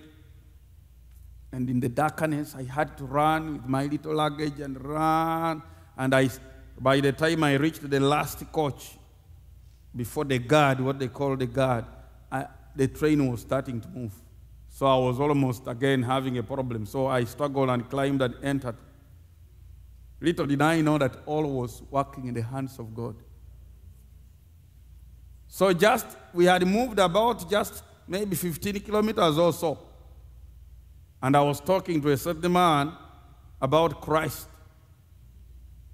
And there are 2 of his fellows who said, we can't listen to such trash. And they went and stood in the windows while I was sharing with this other man. He says, yes, I see some sense in what you are talking to me about salvation and so forth. Let those ones be. But now we started hearing the shooting, bullets. By the time these other 2 men who were standing in the windows realized they were already shot, they fell down. We had entered an ambush of rebels by then. So now the driver started increasing the speed. He just increases the speed, and being in a big engine, he dives down because the train can take care of itself, for some time. And then, so little did he know that ahead, like 1 kilometer, the rails had been untied. So when he increased the speed, he was lucky enough to stand up and see, while the blades are flying, that the rail is opened and it's just this way and this way. So of all the 5 people who were in the engine, he was the only one who survived. And I was also there in that engine. So God knew I was going to die. And that's why this man became so rough and chased me out of the engine. In the previous station. You know, God is so wonderful. Until he's done with you, I would have died long ago. Many of those things. So, we now ducked cover, you know, everybody covered, bullets are flying, and then all of a sudden with a boom, boom, boom, boom, and the shaking of the... So when we eventually stopped, and the bullets kept firing, when the guns fell silent, these rebels started opening the coaches and entering.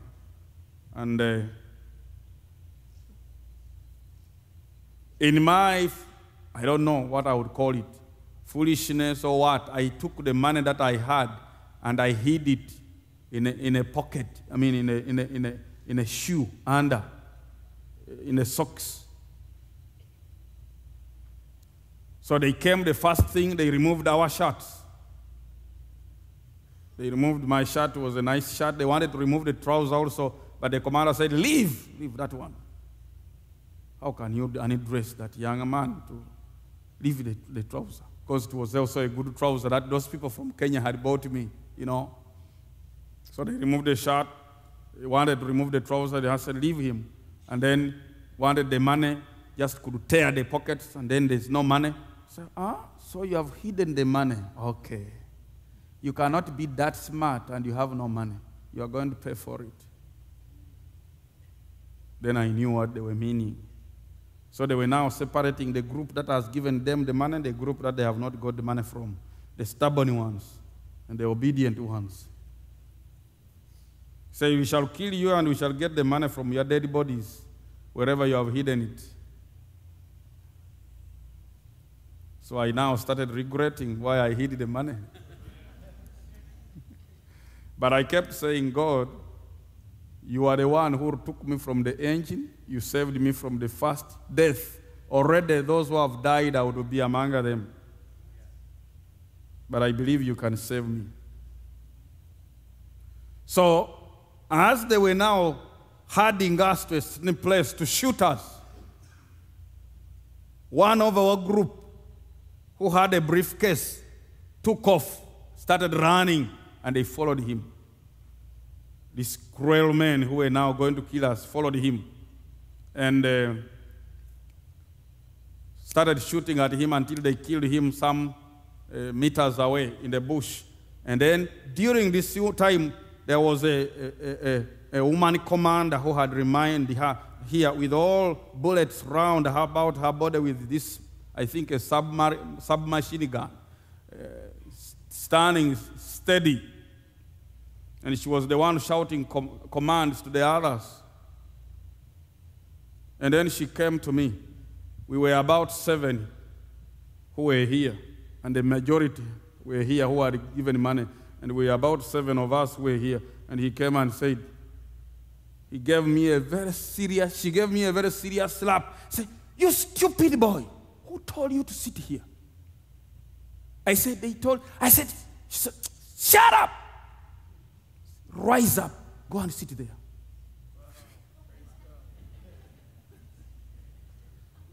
And I rose up and sat here. No sooner had I sat here than those ones came. And immediately they came, they herded those ones away. And the next thing we had was shooting and screaming. God saves me now twice in the same time, from the engine and here.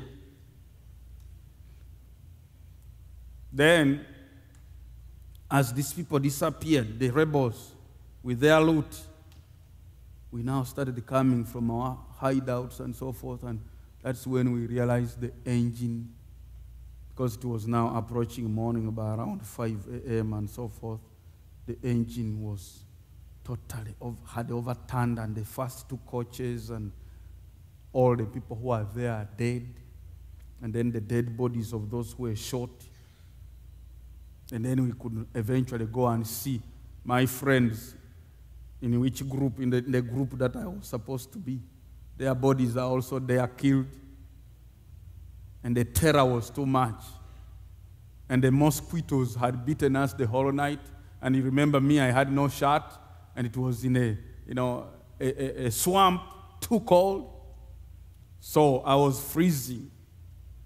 So we rose up and started walking. I had almost 50 kilometers to go to the station we were supposed to go. And I walked, and when I reached that Tororo, I went, and of course now they told my father that your son should be among those who was killed. Where was he? He was in the engine. No, that one is dead. All that were in the engine, apart from only the driver who managed to escape, to jump. All these others, when they tried to jump, that's where the engine rolled, and it has smashed them. You can't even know who is who. And my father came crying, he knew I'm gone. When he reached here, of course, he could now not confirm whether I'm among this dead, mangled flesh of human beings. I'm under the engine. I'm under one of the coaches. So the next thing that he had to go to the other station, and they said, no, we saw your son. He came here, he was only in a trouser. And somehow he should be now on his way home. So now I pulled out the money that I had hidden. I went and bought a shirt. Because everybody was saying, wow, this is a very young-looking, a very innocent, young, handsome man, and here he is, he's crazy. He has lost his head, because it's only crazy people who walk naked, So I had to buy the shirt, and then the little that I had took me half of the journey in a vehicle, and then I walked the rest home. So, but in that journey, God had told me, you are going back home, but there is somebody you are going to pray for, a very serious case. And that will begin a turn in your ministry. I said, a turn. So, even as these things were happening, I remembered the vision, the voice that he told me, you are going home. And so I kept speaking to myself, but if I'm dying, it can't be, because he told me I'm going to pray for someone at home. How do I die on the way like this? So when I reached home,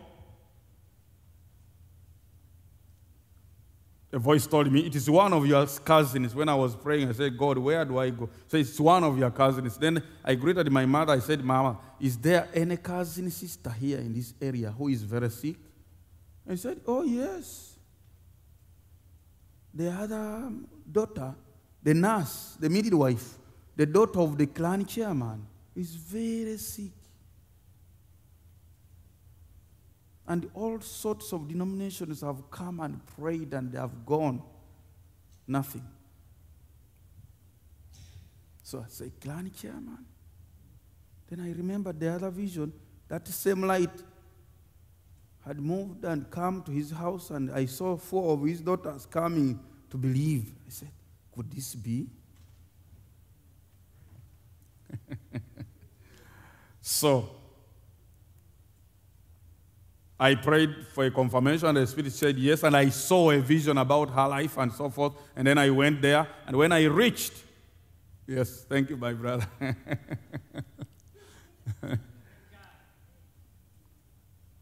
Thank you. God bless you.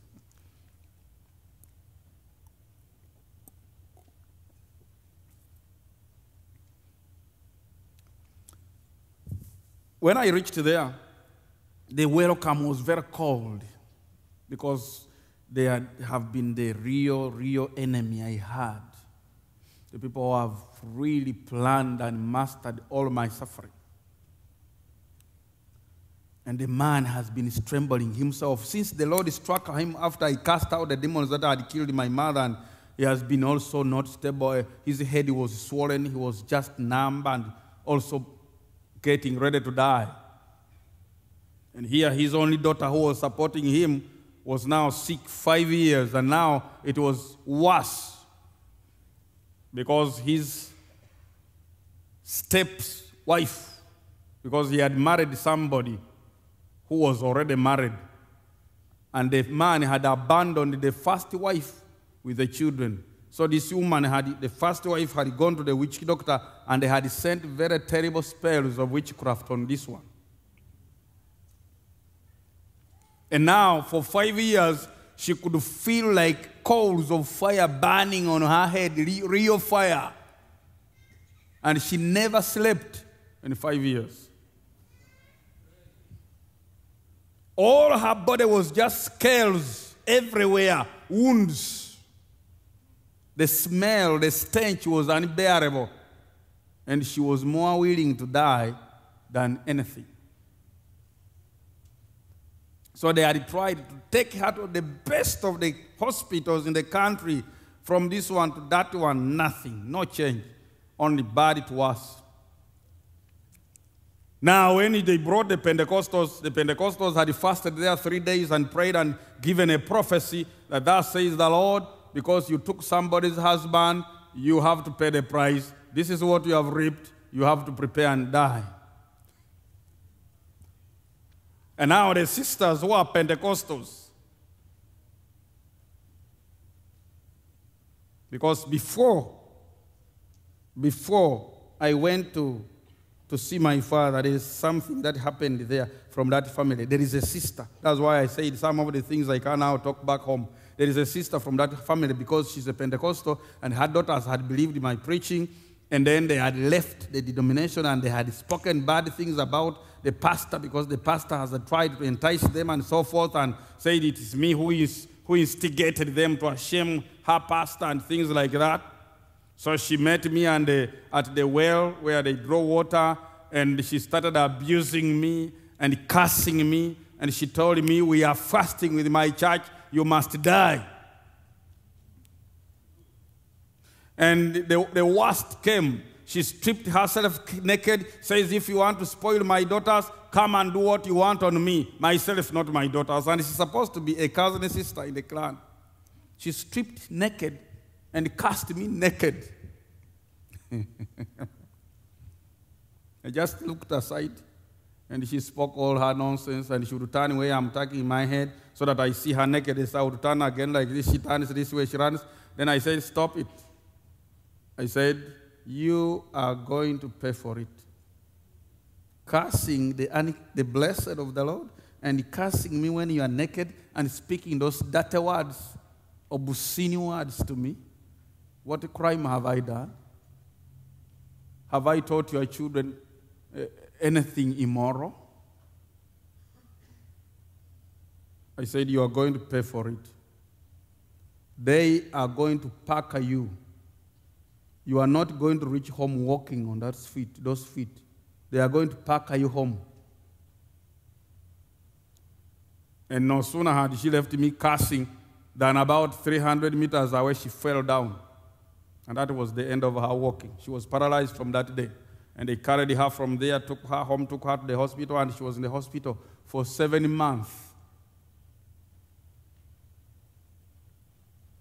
And the doctors could find nothing. And then she was saying, "It is the other young man who cursed me." So I told her daughters, I said, "For the sake of you, God has forgiven your mother. Go and tell your elder sister," who was also a Pentecostal. She was married to a Pentecostal pastor, and she was so bitter. I said, "Go and tell her that I told you that they cannot fight this truth. They will crumble.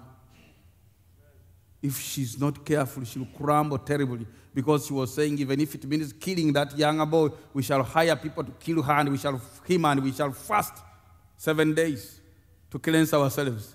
I said, if she thinks that her money is anything, she's going to crash with her money. So they took Had it everywhere. And then I said, now God has forgiven her because of you, your mother. She'll be okay. And then she came back. And then when I went to pray for this one, she was there. So you can now imagine the kind of hate and bitterness she had when she saw me coming. And she had told me, the last word he had told me, we are going to curse you, we are going to pray for you until you die. I and my daughter, if we don't die because of the curse, we shall seek any way of finishing you, even if it means hiring people to kill you with the guns.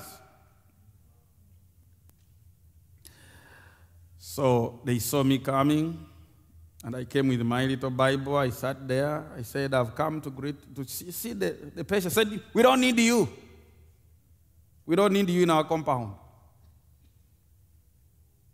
I said, no problem. But she needs me. The patient needs me. For you, you don't need me. You have no problem. She has a problem. I said, but your denominational people have come here, and the only message they brought was a message of condemnation to the sinner. A sinner doesn't sin. She was already a sinner to begin with. So how could they condemn her for something she did when she was an unbeliever? Is that the gospel you people believe in? And they kept quiet. He said, how did he know what these people said? Then the patient herself started speaking. He said, let that boy come. If that boy wants to see me, let him come. After all, you left all people. All people have been coming here to see me. Why not him? And he's telling you what happened. Who even told him? Maybe God has showed him something. So when she said that, they kept quiet. They couldn't say enter or not. Me, I entered. Because I've been sent there by the Lord. I don't need permission so much. So, when I reached there, I greeted her. I said, I can't ask you any questions. I know you are in terrible agony. And I know those people came to condemn you like John 8, where all the Pharisees condemned the woman. But I cannot condemn only the woman. Why did they only arrest the woman? We caught her in the very act. Can she be in the act alone, or the man was involved? I said, why did these people condemn only you and they couldn't condemn the man? The man was married and he enticed you. So, and you knew nothing better. So theirs is a false religion. Me, I'm bringing you good news. I'm telling you that my God has sent me here to pray for you, and you are not going to die. You say, huh? I say, they told you you are going to die, but my God tells me to tell you, you are not going to die. And she could not sit up. She could have sat up. She just turned her head like this, and she was crying. I said, do you remember such and such a day when you came from the market and you were going to enter your house and you saw something like a white cat? He said, who told you that? I said, the one who sent me here. You saw a white cat? He said, yes. I said, isn't that the day the problems began? He said, yes. I had even forgotten that. He said, yes. I said, but God has told me that I'm going to pray for you. If you only believe, you will not die.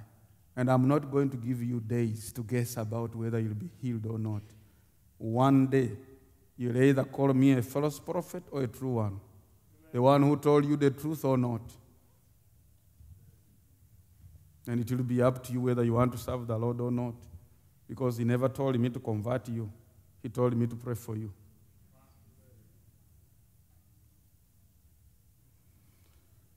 So, I prayed for her. She was all the time quaking, tears rolling down her eyes.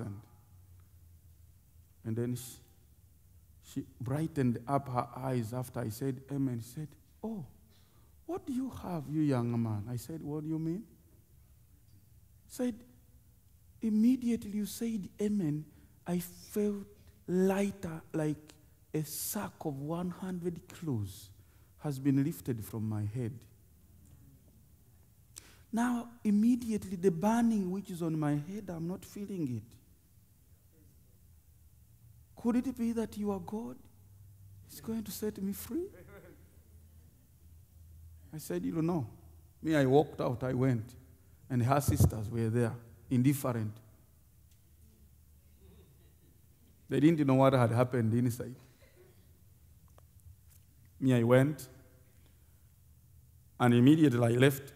They entered. "What did that crank, that stupid boy, tell you?" Says, "Keep quiet. I'm not going to speak to you anything. Your attitude, your minds are rotten.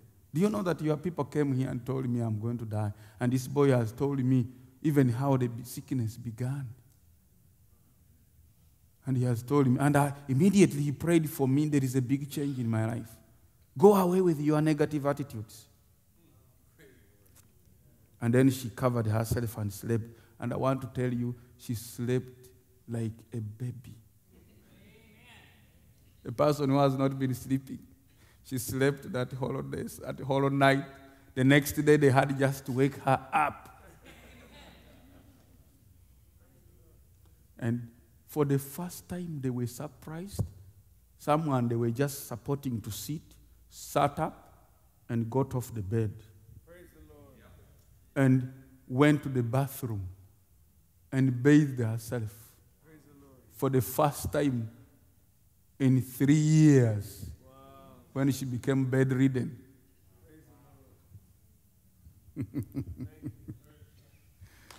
And when I went back, that night God spoke to her Pentecostal sisters and showed them who I am and what my ministry. And I found them the next day just tears. Everyone was waiting for me. And they were repenting with tears. One, what God had spoken to them, and in the morning when they saw what had happened to their sister. Those 4 believed one day, like God had showed me in the vision before. Amen. And you know what? That woman said, "I can't allow you to now go very far. My house is here. Let's start having fellowship here." Because they were ready to keep vigil from here over my dead body. But now if your God has healed me, let's be fellowshipping from here. Now the fellowship came in the home of the chief architect of my persecution.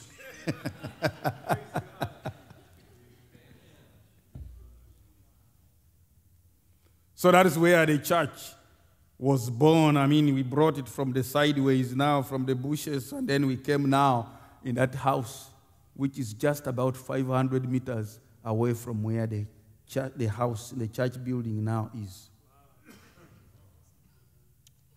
So we were there for fellowship, service started. But now, within 1 week, this woman was able to walk 5 kilometers to and fro. That is 10 kilometers to be baptized. Praise the Lord. And we went, and everybody was saying, is that Betty? Or is a spirit?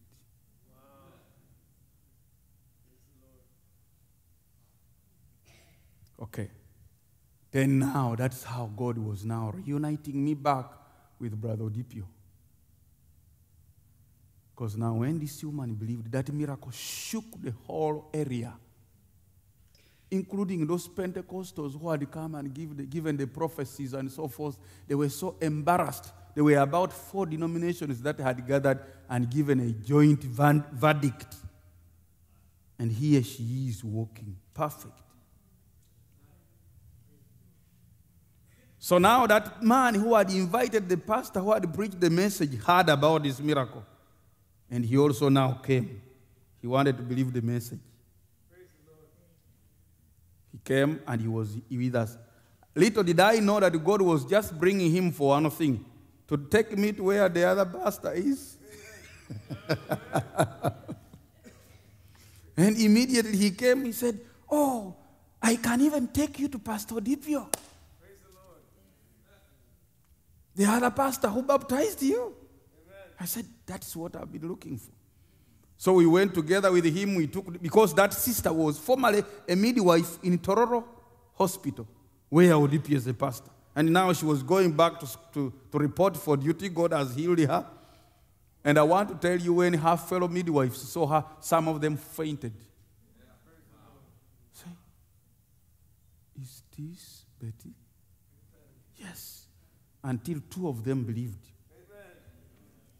So this man, God brought him back. He led me to Pastor Charles Odipio. I now went to the Voice of God library, picked all the books I wanted. I said, now. So, fast forward. I told you I've not even reached 95. And then from 95 to 2015, it is impossible.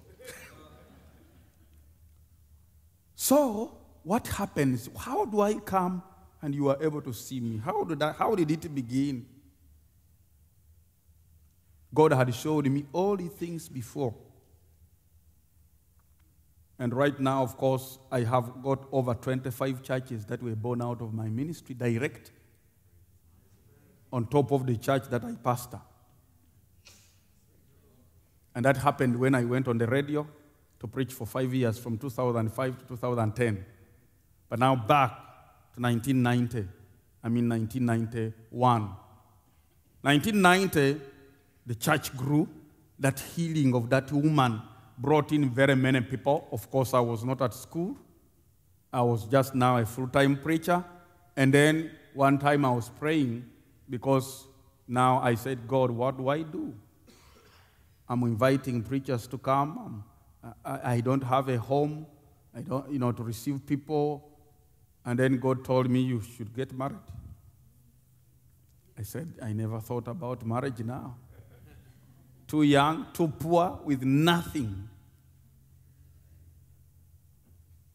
But with the ministry. And people are coming. So, I think it was that same time that God healed a lame child, not blind, lame one.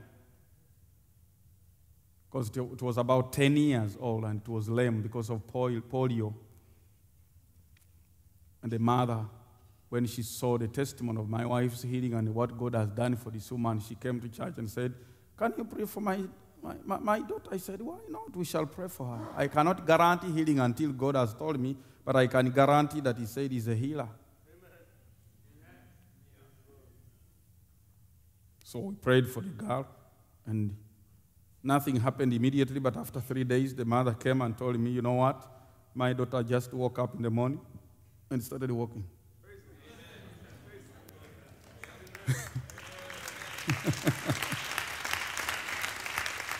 Not like even learning to walk, but walk. So the church was expanding. I was already inviting Brother Odipio and other ministers coming to preach. So I went to talk to the father of my wife. They said, well, God has showed me your daughter is going to be my wife, and I don't have anything. I said, well.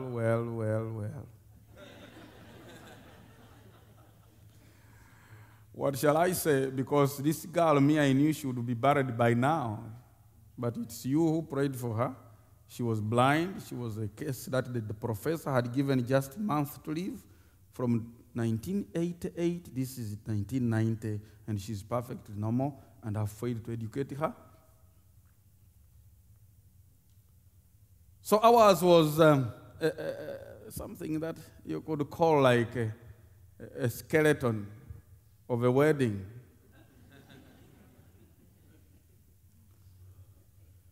Because we just simply went to church on a usual Sunday, and after I preached myself,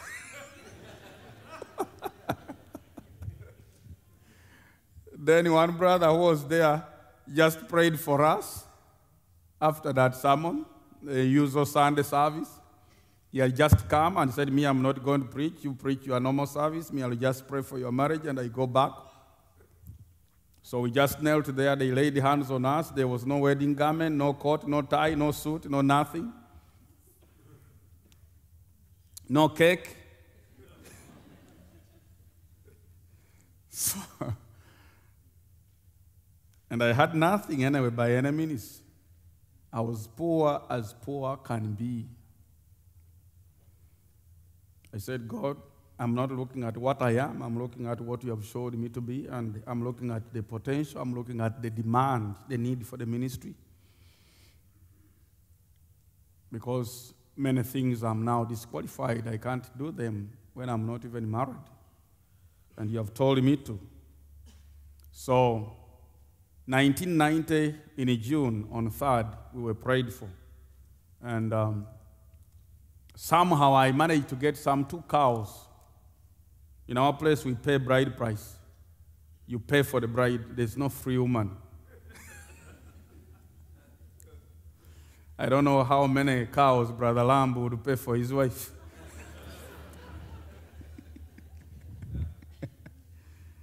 But in our place, no free woman. You have to pay.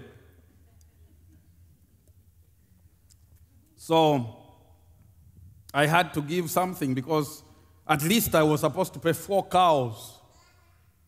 But I paid 2. And of course, he had said, well, you could even have taken her for free because she would have been dead anyhow. So, 1991,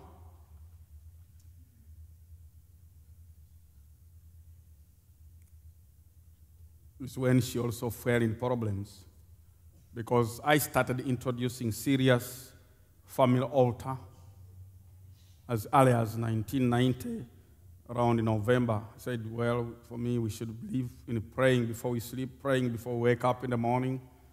We can't just be like other people. So, of course, one time she said, I'm too tired, I'm not coming. You just pray there and pray this way, God will hear. I said, but we are supposed to pray together. Family that prays together, I think, stays together. So I think, let's pray together. I said, no, I'm not coming. I know you'll take a long time. I must read your scripture and talk, and then, me, I'm tired. So I said, well, I think I've gone a little bit ahead. Before that, her father backslides, and the mother, they backslid from the church, because by that time, the father of my wife and the mother, they were in the church, and then time came, they backslid. I didn't know that they had ultra motives, somewhere else, and hidden motives for that. So when they backslid from the church, they turned against me. They said, our daughter cannot be married to a very poor man like you. If you are to keep our daughter, you better pay more 4 cows. That would make them 6. And I didn't have even a goat. I said, but you people, you said you should even have given me your daughter free. So don't listen to that. Don't tell us that. Of course, because they had been in church, for us in our place, when you pay bride price, they make an agreement for you. But for me, I said, since we are believers, no need for agreement. I said, that worked for our advantage. You were a fool that we never wrote for you any paper. I said, I am a fool, yes, but not my God. Amen. You will never cheat my God. So they came. I was not at the home. They took away my wife. Go home.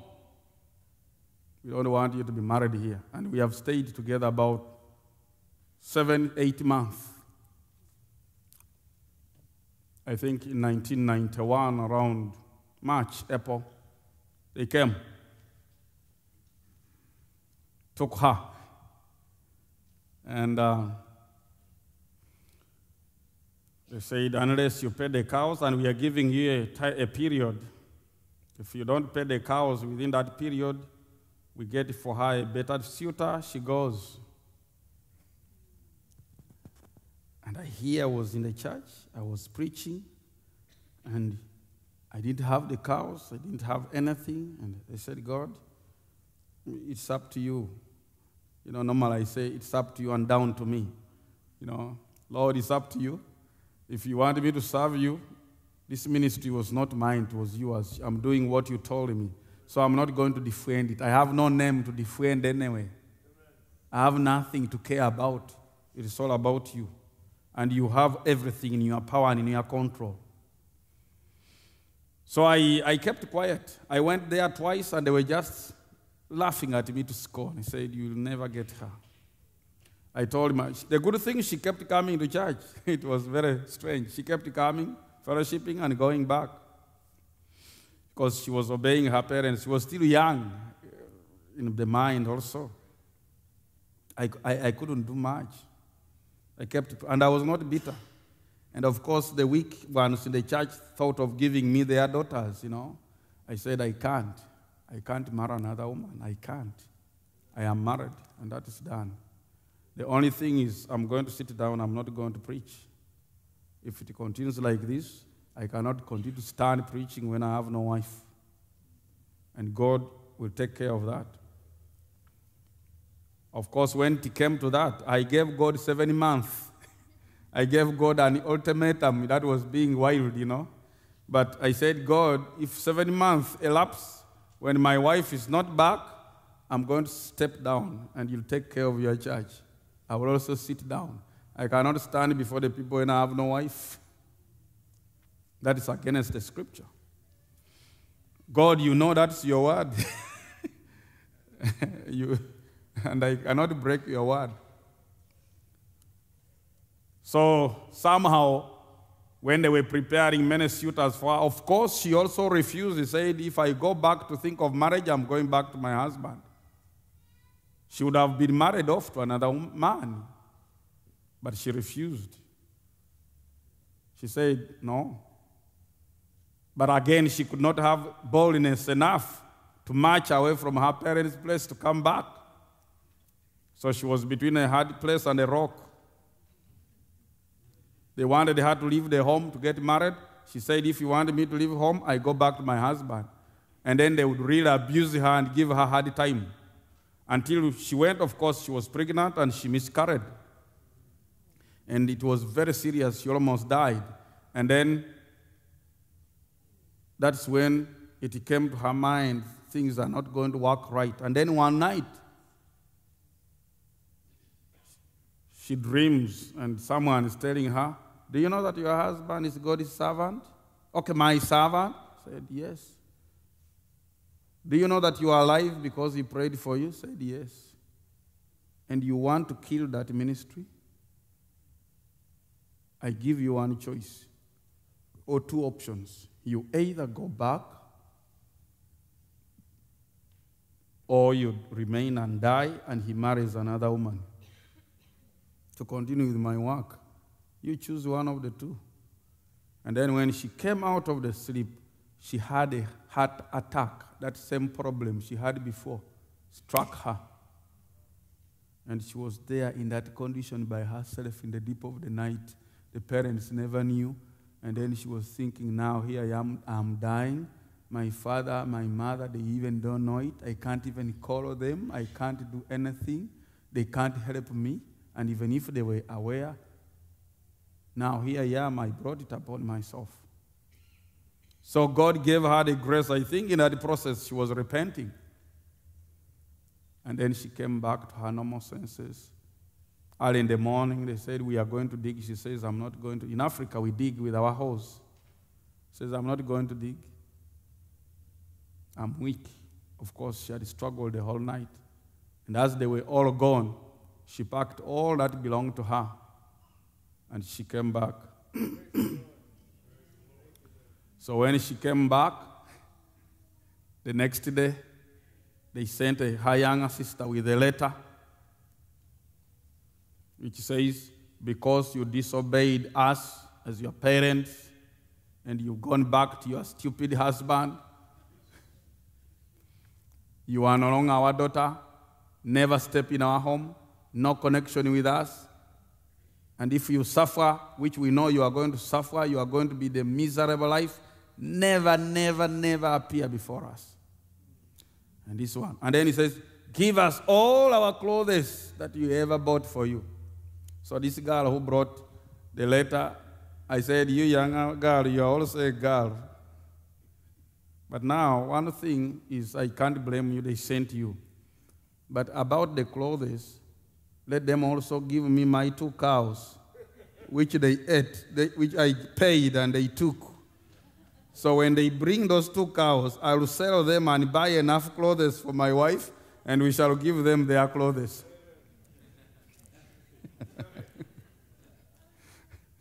So we came to a stalemate now. So now here I was a reject of my family, and she was a reject of her family.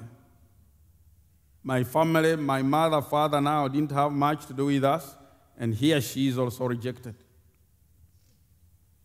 So it became a very hard time.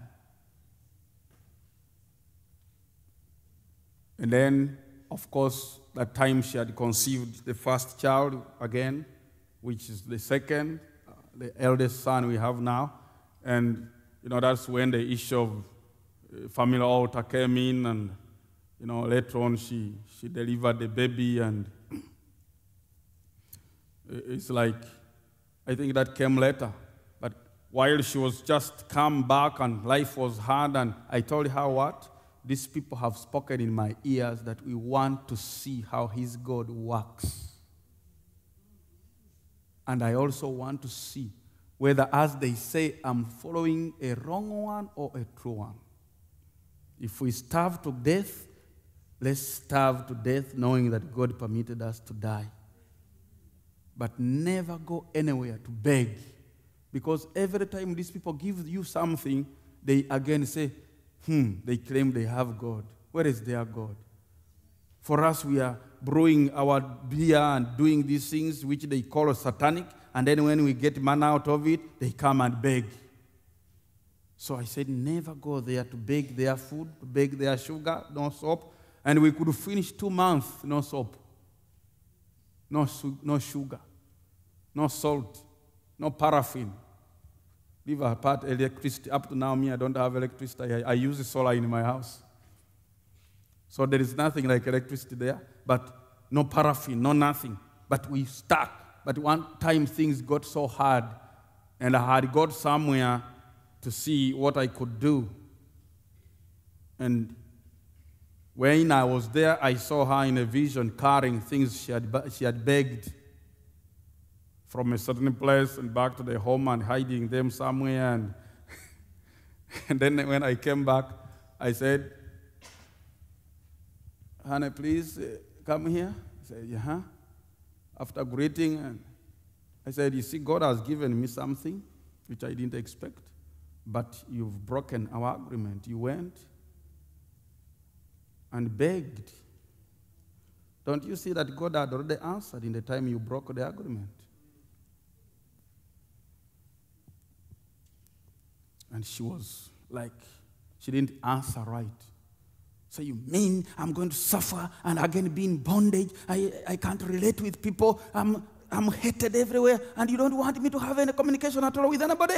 And you know how women sometimes can get. They are very sweet little flowers at home, but let their minds run berserk a bit.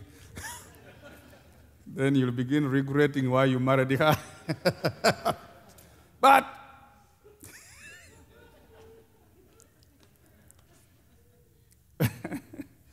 I looked at her. I sympathized with her because I knew she's really suffered much. She's not called in the way that I'm called. She doesn't know what I know. And much as I may try to speak to her, she may not really comprehend, get the picture properly. So eventually, I called her. I said, but we have to sort this out because you broke it. and she was very bitter. I said, come and we sit here. And she passed over me from the kitchen. Of course, we have a smaller house outside. We don't have these sophisticated, smart kitchens of yours. Our kitchens are full of smoke. We use firewood. So she came from the kitchen and she passed by me. I said, can you sit here and we talk it over? He said, no, no, no, no. And she went in the bedroom and slammed the door. Pam! I said, please, I'm not coming. You think I'm here to suffer? And when she said that, I knew there is a problem. Because immediately I felt like the hairs of my body were tingling. And I knew the presence of the Lord is come down. It's not going to be good. That is always what I experience when something hard or terrible is going to happen. And before I could call her the third time, I had a terrible piercing scream from the bedroom.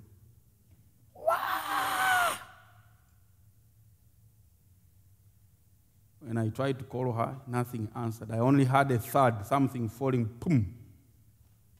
Then I knew there must be problems inside here. And then I forced the door open to go and find my wife was already dead in an instant. Her tongue is out, her eyes have turned and everything, and stiff on the bed. Boom!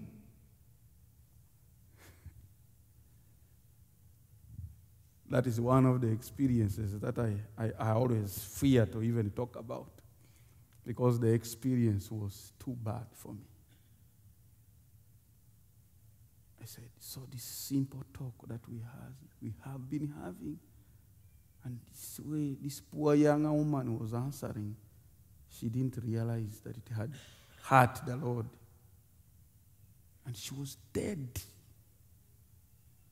And I started crying. I said, God, please, this poor woman, she was just like dejected and depressed. She's hated also. She has been denied also. And, you know, she obeyed you and she came, Lord, don't permit her to die right here and to go in such a way. No pulse, no nothing. Stiff, gone.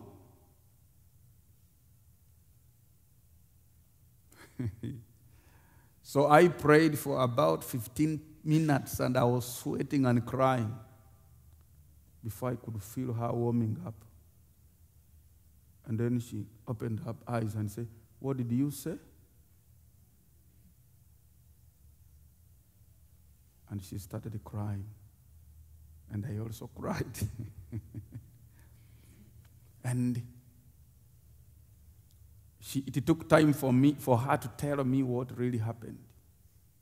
But she said, are you a human being? Who are you?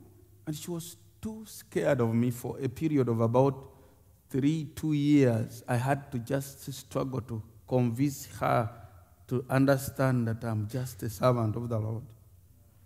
She looked at me as something, not just a human being, because of the voice that rebuked her before she was struck dead and the words that God spoke to her in that time. So she became hysterical. I think that should be how to say it, that even every moment I would call her, she would keep running just, maybe lest something evil happens to me. That's why I'm telling you, I have learned to control what is in me. And I always tell the people, do you know why the book of Acts is not punctuated with amen? All these other New Testament books end with amen. That is the end. That is the end. That is the end. But not the book of Acts, because the prophet says there is going to be a continuation.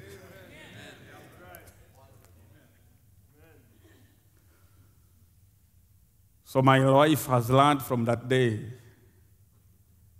And of course, she made one more mistake one day about the family altar when she was pregnant and feeling dizzy and she didn't want to pray. And then Of course, the baby, the younger boy, our elder son, started crying the whole night when he said, "Me, I'm going to sleep. Let God have mercy." I said, "You want to sleep? Let's pray before you sleep." He said, "No, I'm sleeping." That was the only mistake she made from that time. And then that night also she never slept because this boy kept crying up to the morning. And we sat in our chairs like this looking at one another. And from that time, she has also never said anything about family altar. Now, it was during that time that my mother, all this time, she's not yet a believer. But she's learning something. Then one time I told her, "Mom, you have refused to believe. But something God has showed me, in a short time, you are going to die. And I will be preaching in the church, and your girl called Justin will come, will tell me that you are dead. And I'll come and I'll find A, B, C, D. Your neighbor so and so will be crying, and somebody will stand like this, and then the other woman will come and so forth, and you'll be covered in such and such a blanket." And that was way before she bought that blanket. And then when it happened, one day I was in the church just going to start preaching, and I saw that girl. I said, "There it is." She came and she told me, "Mama has just died." So I remembered. I said, "This is 8 months ago," I told her. So I went, and I phoned her, and then I knew there was going to come this other woman. I sat there, praying, and immediately that woman came there. I felt the anointing to pray, and she came back to life. And from that day, she believed the message. But during that time, a lot happened that makes me wonder. Because before my mother believed, she became a little bit wild in the early 90s, late 80s, early 90s. Because I remember one time, one spectacular thing had happened that she knew I was going to go and preach. We had what we call Bible study, how we used to call it those days, in the evening from around 4. And we were praying in somebody's house, so we would pray, and by about 7 or 6, we come out. So she was telling me, "I'm going to attend a funeral rites, therefore I cannot stay at home." And then intentionally the goats were set free so that I failed to go to preach.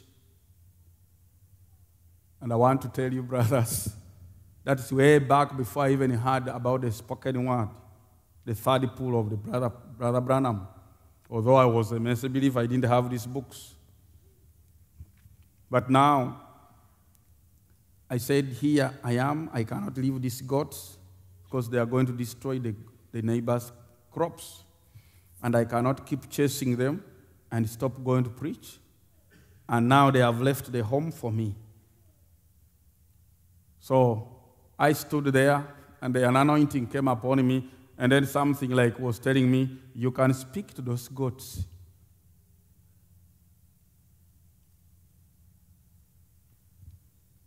And I knew them. Once they would cut that rope, you would chase them at least 1 hour to catch one, or 2, running, or trapping, laying traps in order to catch it. They were wild. So I knew there's no chance of chasing them now. I was already dressed. I was already holding my Bible. So I put my Bible there. I looked at them, and then they stood and looked at me like this, ready to be chased. And I said, "You goats, I'm going to speak to you today, whether you understand my language or not. You understand the language of God. You are creatures of God, the God who called me to preach the gospel. And I'm supposed to preach his gospel. Now, I'm not going to chase you today. I don't have time to chase you. I just want to tell you that I'm going to get hold of you. So what? You listen where I'm going to tell you. And they were just like this. I said, you go and stand on that rock there. You also go and stand there. And I get you from there. And I want to tell you, friends, those goats went shaking like this. And it went and stood there. And another one went and stood there. And then I went slowly, majestically, with my rope. I picked one, tied it, picked another, tied it, and went back to preach. And that's when I realized that we don't have only power over human beings, over demons, but we can have power over creation. Amen. My mother didn't know how it had happened. So the next time, she wanted to do the same case again. I said, this is your home. After all, I've been denied all the privileges. I cannot be keeping a home when my father's business is there. You don't know what God told me to do. If you are not a believer, it's not my problem. I wish you were a believer. But you cannot tell me that I should stay at home, look at your home, and you go and attend traditional, demonic, death rites of what they call funeral rites of people who have passed away long ago, and you have to worship demons. I'm not going to respect such. He said, I'm not going to stay here. You are stupid. She started abusing me. I said, well, we are not going to argue today. The fact remains, I'm going to preach, you are going to keep your home. And that is my mother. Maybe if it was today, I would not have done that. But I was also still young, as I said. So she insisted. That would have forced me to stay because the animals are at home, and anytime they can destroy the neighbor's crops. I said, I want to tell you today, Mom, you are not going. I am the one who is going to go and preach the gospel. I cannot forfeit preaching the gospel, for you are going to attend funeral rites for the dead.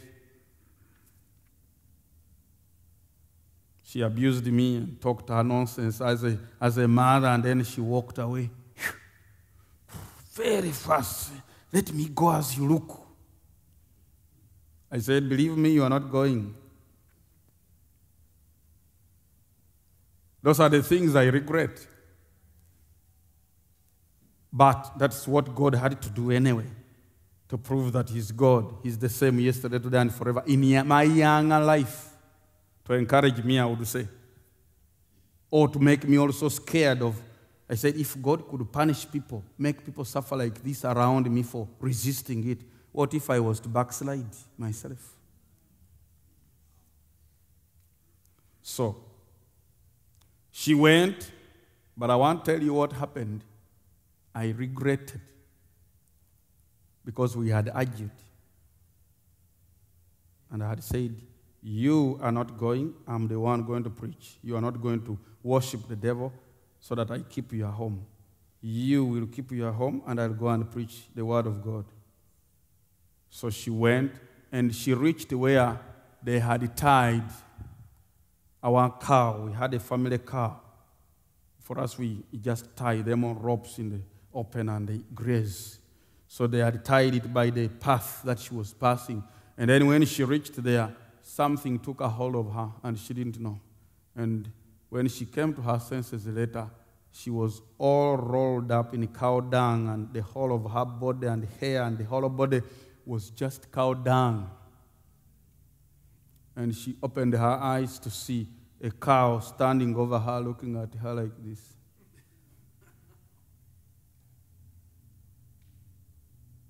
And when she came with her hands on the head, crying back, coming back, I saw her. I was embarrassed.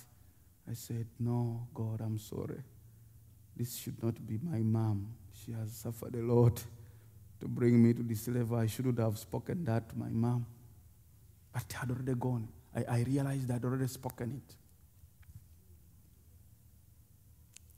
So she started calming down. And that is when eventually she was brought back to life and she believed. But before that time also, I had a sister who had gone to Kenya. She follows me twice. And then during that time of serious poverty, when we were denied both sides, too poor. Like when she came back, I expected her to give us also some sugar, some salt, some soap, nothing. And then she could stand there and say, "You, poor man, you see the kind of life you are living in. You claim to be serving your God, and you disobeyed parents. Now, what good are you? What good is your Jesus? You look at the kind of life you are living." That was my sister. And yet, when she was going, because it was too poor a condition, I sympathized with her. I had given her my coke to sell and get transport to go. And now she is back, mocking me and abusing my God. I said, okay. Say, where is your Jesus? What advantage? Poor man. And she was standing like this. And then she pulled out her money from the wallet and started, "You see me. I don't have your Jesus, but you see the man I'm counting." And she counted. Money which I didn't have, of course. What she was speaking was right. I didn't have it. But then something got a hold of me. And I then heard myself saying, because you have reproached my living God, basing on that money, and you think you can abuse my God because you have money and I don't have, that's the last you have seen of that money. And then it's like, what did I say? And my mother knew it.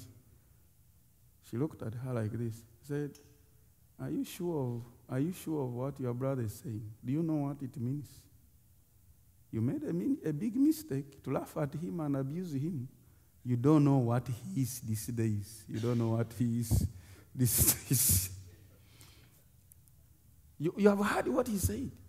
Did you listen carefully? He was telling you that you have seen the last of that money. You better check your wallet. And I want to tell you, Brother Lam, immediately she had put there Kenyan money that would be worth than maybe about $300 today. And when she opened, there was not even a coin, not even one paper. Immediately, as she was standing there with her wallet, that word that I had spoken made the money disappear. And then while I was there seated on my veranda singing my song, I said, Lord, I want to thank you that even I'm poor, but you know why? I'm always abused, I'm always ridiculed. And here I hear people crying and rolling in the grass and rolling and crying. To look up, it was my mother and the other sister. They are crying because all the money that was in the wallet, that moment that I said that's the last you have seen of that money, was gone. I thank God that I speak these things than the people that it happened to. They are now believers. They are there. Even if you came there one time, I would say, there she is. She can tell you. So that was the kind of life. It became too much. I said, no, this has to be brought under control. I cannot go on like this.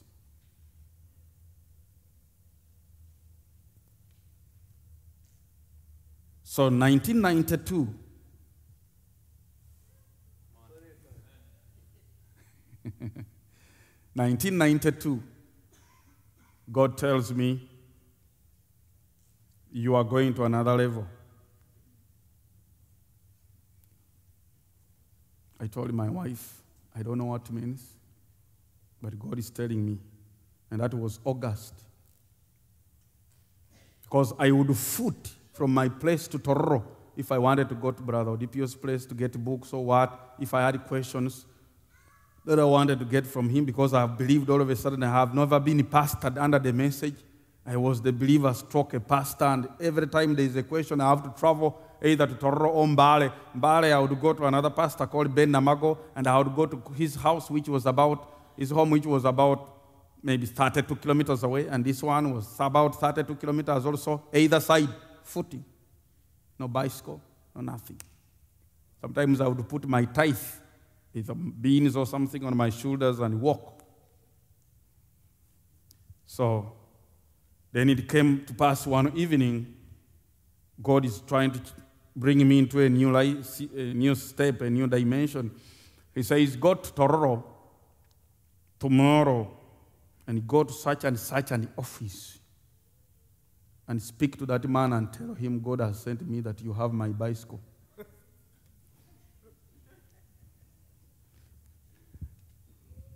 No man ever, no brother, no one. I had no way, because I had these brothers who were paying rent for their houses. There is a brother who was paying 150,000 shillings, that is Uganda money, for house rent. And that could buy 2 bicycles with a balance by then.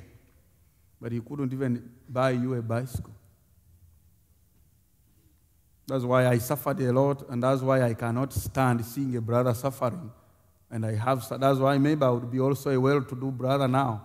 But I can't stand it, because I know what it means. And I know how I suffered.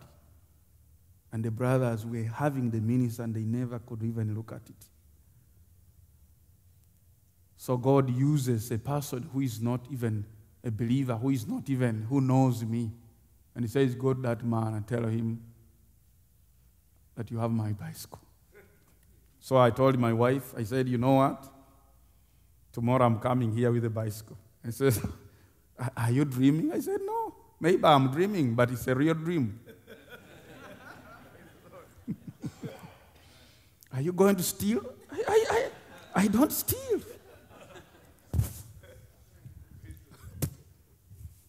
But how are you on earth going to come back with a bicycle? I said, God is a provider. He's Jehovah Jireh. Of course, remember I said yesterday he provides for himself. So I walked the next day 30 kilometers to Tororo town, and I went comfortably straight to the other office that I saw in the vision, and I greeted the man. I said, excuse me, sir. My name is Mairah Moses Abraham. That's how we say it in Uganda. We begin with the surname, but for you begin Abraham Moses Mairah. So I said, God told me that my bicycle is here. Say, what is your name once again? I said, Mairah. He said, oh, I had written it Mayola. I had wrongly. God also told me, I'm sending my servant called Mairah.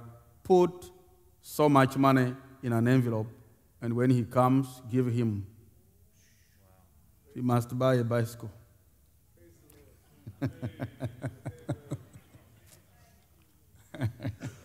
Sometimes I wonder, why did you, God, love me so much?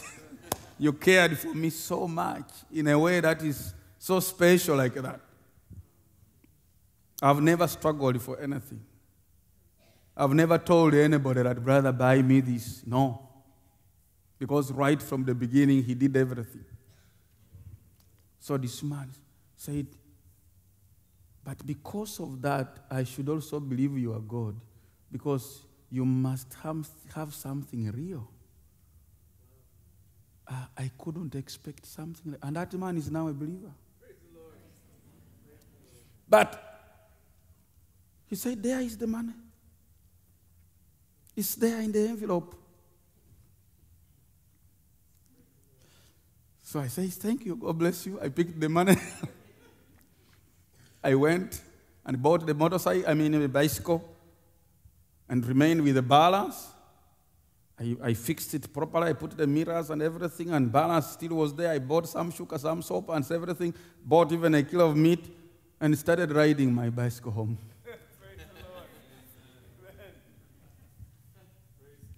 That's how I got my first bicycle. Little did I know that God was preparing me for something. So October, that was August, September, October. And then something happens.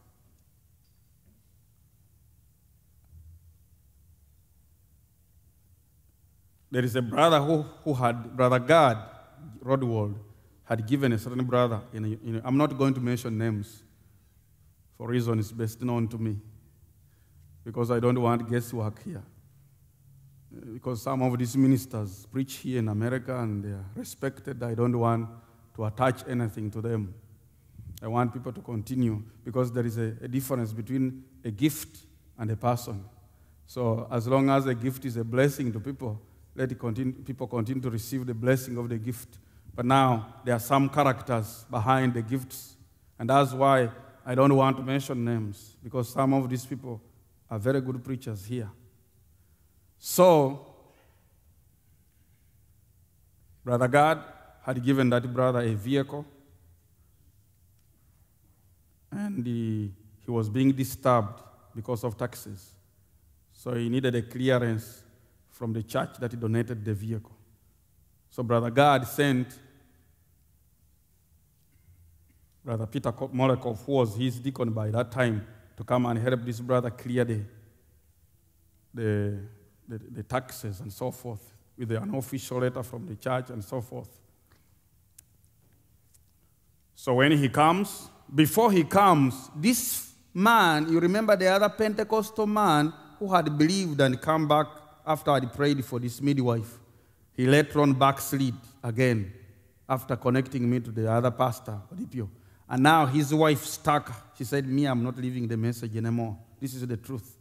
So now when she stuck, this man now became furious. Say, you man. So he wrote a letter about me and another brother called Ben Namago, accusing us that we have grabbed his wife from him, thinking that Brother God knows me and Ben Namago. It is only Brother Ben Namago whom Brother God had known, not me. So he now writes a letter about two of us to Brother God, that these men, two preachers, have taken off my wife. They have taken separated me with my wife, and they have taken her over, and those stupid things that he wrote. So Brother God was surprised. He said, ministers in a message taken over somebody's wife? I can't believe Brother Ben Namago, I know him. Unfortunately, Brother Ben Namago has now backslidden. He was a pastor of a main church in Barletown. He's not in the message. He's fallen unfortunately now. But at that time, he was one of the main 3 ministers in Uganda. So, me, I was a young man in the shadows. And so now when Brother Molekov was coming for this issue of the car, Brother God says, you should also find out about the truth of this letter. Can Ben Namago and this other brother called Mairah, Moses Abraham, can they do such a thing? So God had designed it that when this brother comes, Brother Ben Namago was not around in the country. He had gone to preach in the Philippines, in the church which is there. Not Philippines, Seychelles. So I was the one of the 2 who was in the country. So when this brother reaches, he says, I've solved this case, but there's one case. I must solve this case of Brother Ben Namago and Brother Mairah Moses. This man wrote a letter about them. Can I meet them? Says Ben Namago is not around. He has gone to Seychelles. Mairah is around, but we are not going to take you to his place. His place is very dangerous. And that was a lie. His place is very dangerous. There are rebels there, and we have to pass through the inconvenience of 5 roadblocks and go and put you at risk and the mercies of the rebels who can kill you anytime. We cannot, Brother Peter, take you to Mairah's place. And while they were talking that, I saw them in a vision. They were seated in a hotel called Crystal Hotel. And they were taking sodas. And I was able to know what type of soda the other one is taking, the other one is taking, and the other one is taking. And Then the voice told me, you must go and bring that man to your house. It is my will that you work with his pastor. He must come to your house. That man who has come from Germany. And you can hear what they are telling him. So now I'm armed with a bicycle. Very early in the morning, I started riding. I went to the town where they were. And I knocked at the pastor's house, one of those senior pastors. Unfortunately, he has also problems now. But so when I knocked at his door, he said, oh, it's good. God bless you, God bless you. You've come. I think we've hit two birds with one stone. Because there's a I said, yes, I've come, I know. Before you tell me, let me tell you. There's a brother who has come from Germany, he's here. And he wants to see me. But you two men, two ministers, senior ministers, men whom I respect in the message, you are even the one who baptized me. This one is a senior elder, international and national respected. And you were telling this man lies that there is rebels in my place. And you were telling him lies that there is 5 roadblocks between this place, Tororo, and our place. Can you please mention the 5 roadblocks? They kept quiet. I didn't know that while I was speaking, Brother Molekov was hearing. So he came from his room. He said, oh, are you Brother Abraham? I said, yes. How did you know? They have told me about the roadblocks. I said yesterday you were seated in a Crystal Hotel, isn't it? Yes. Evening time? Yes. You were taking Sprite? Yes. And this one was taking Coke, and this one was taking Coke. Okay? And they were telling you that there's rebels in my place.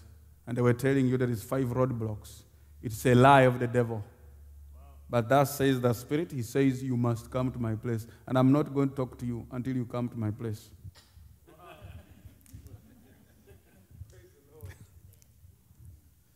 And the brother says, hallelujah, hallelujah, hallelujah. And then he tells the two. He says, now you brothers, before Brother Abraham goes, you either confirm whether you'll take me or no.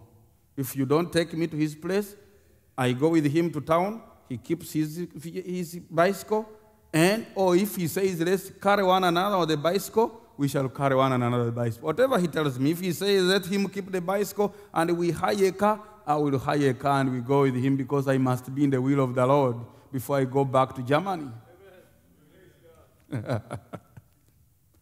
So they were now squeezed between, very difficult decisions. Whether or not they want it, he will come. But how dare they leave him to come alone when even the very car that they are supposed to bring him with was sent by the very church that he's coming from.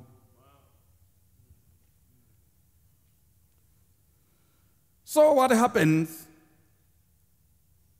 I just wanted to finalize by the part that made it possible for me to come and meet you. And this is where I'm finalizing. Still, I will not pick it from 1995 up to 2015.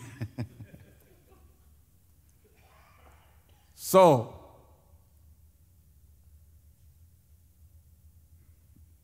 they reluctantly agreed to bring him. Me, I picked my bicycle. I rode quickly home. I told my wife, there's a brother coming, according to what God showed me. So the brother came, and all the way 32 kilometers, no one spoke a word. Everybody was quiet, and he was quiet. Because there was no single roadblock, and he saw in the village there's no sign of rebel activity. And then he was wondering, these are the ministers we respect over there? And they have told me such a lie? So he came over to my place. They entered the house. the brother didn't enter the house. He just picked my hand. He said, Brother Abraham, I can't sit down. Come. So we went and stood somewhere under a tree. He says, can you tell me how this works? I told him it works just as simple as God wants it done. It's not my desire. That's what God did. You mean these brothers, and they cannot even repent? They have kept quiet all the way we traveled from Toronto to here. They have not even said, brother, sorry for telling you lies. And these are ministers we really respect. Are they born again? I said, I can't have an answer for that. And then he looked at my house, a real small cabin, grass-thatched, leaking. And he looked at the kind of life I'm living. He said, no wonder. I think that's why they didn't want me to come here. Because we support them. And they tell us we have other ministries that are serving God and that we stand with them. And how did you get this bicycle? Did they buy you the bicycle? I gave him the story of how I got the bicycle. I said, oh, you were walking all these distance, and we give them the money. They say they are supporting these people. And I said, that's not my business. I have no complaint. They never sent me in the ministry. So, at the end of it all, the brother pulled out $100 by then. That was the end of 1992. And I think around November, he said, receive this from me on behalf of Brother God. And he says, I give you his address so that you write to confirm that you received it and to appreciate. And I advise you to go and open your own post office box because we want to keep corresponding with you. We don't, because I know these men, if we send them your letter, they will not give it to you, the kind of attitude that they have shown us. So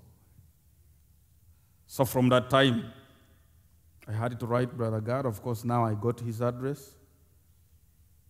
And then I wrote him, and then he wrote back. And it started from there. That was 1993 when I started communicating.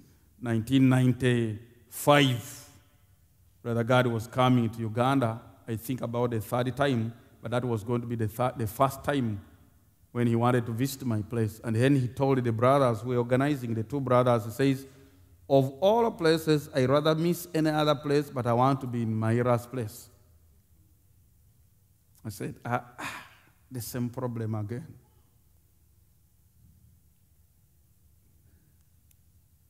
And Brother God kept telling them, I emphasize, I must have a full day in Brother Mairah's place. He said yes. But they made sure that the day Brother God was to be in my place, in the morning, they put him in the distance, which is almost 80 kilometers away from my place. So he ministered in the morning somewhere else. And he said he almost ministered under pressure because he thought he was going to preach in my place the holiday. But now, again, he thought maybe the distance between Busia and Busiu is little, only to keep running and running. And say, oh. So by the time they reached our place, it was 5:30 in the evening. And we had waited and waited and waited. But anyway, we were not in darkness. God had already shown me what they had done. And I told my deacons, let's suffer, but it's for a cause.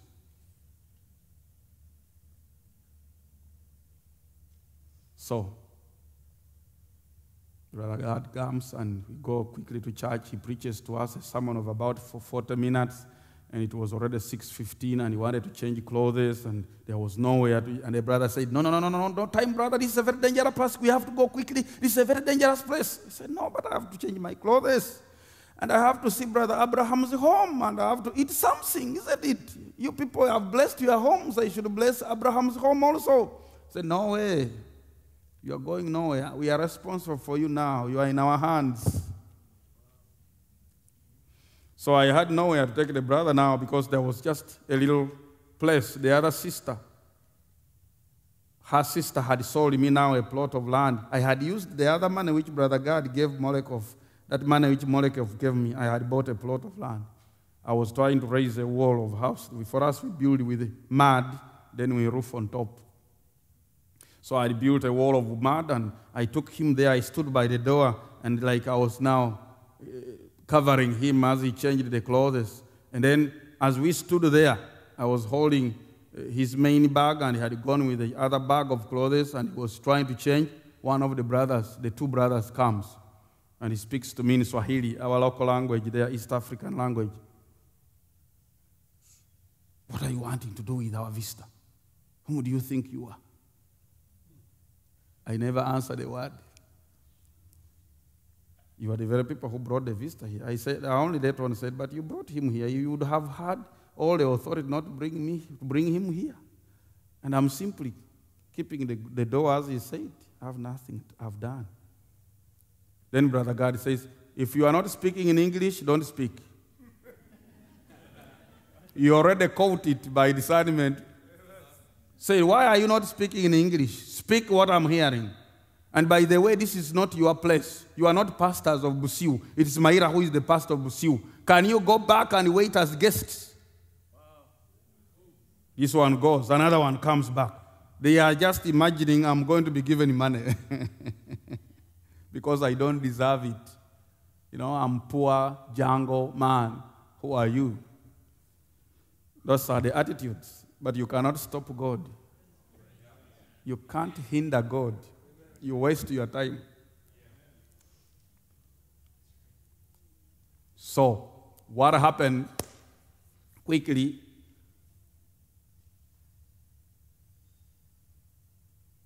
Another one comes, speaks in Swahili. Brother God rebukes him. He goes back.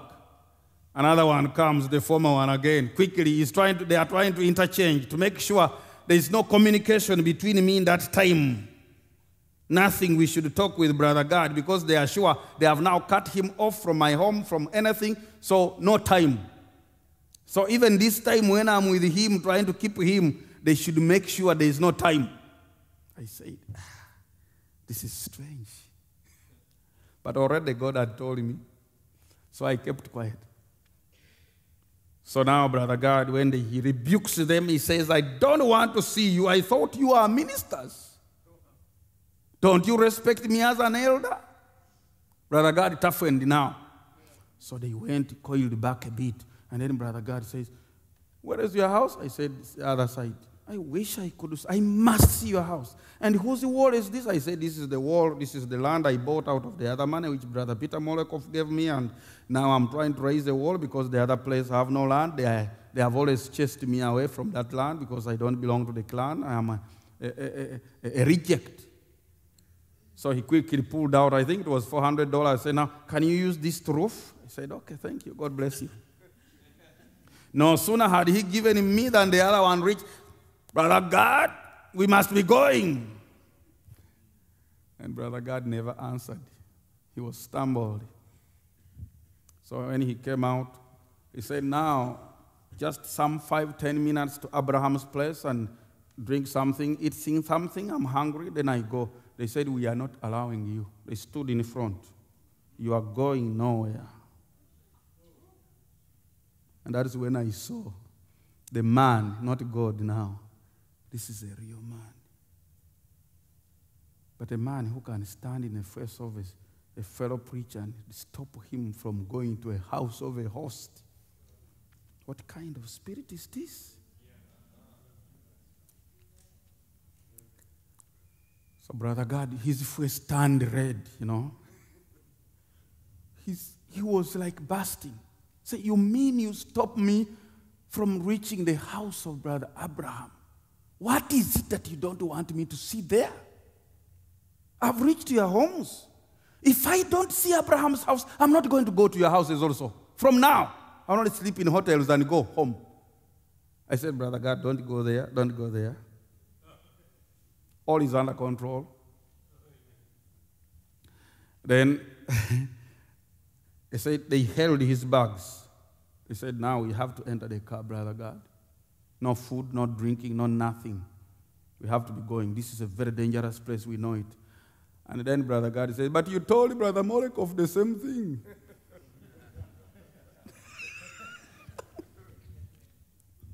They never answered. So what I told Brother God, I said, there's only one thing, Brother God. Even my deacons here can tell you, I've already told them what is going to happen. We are not desperate. We are not shaken by this. We know what was going on. These two men and another man who is their deacon, they sat 2 days ago and planned and schemed all this. You are not supposed to reach my home. You are not supposed to eat anything from you. You are not supposed to see anything about me because maybe you can be touched to help. But I never served the Lord because of help. He called me anyhow. And then I said, and I was telling them they were there. I said, now I want to tell you, Brother God, you go. He said, no, let them go. I rather sleep here. I said, no, you go. Go with them. They are your hosts. I don't want to antagonize them. But I want to tell you one thing. You are going, but you are coming back to my house this night.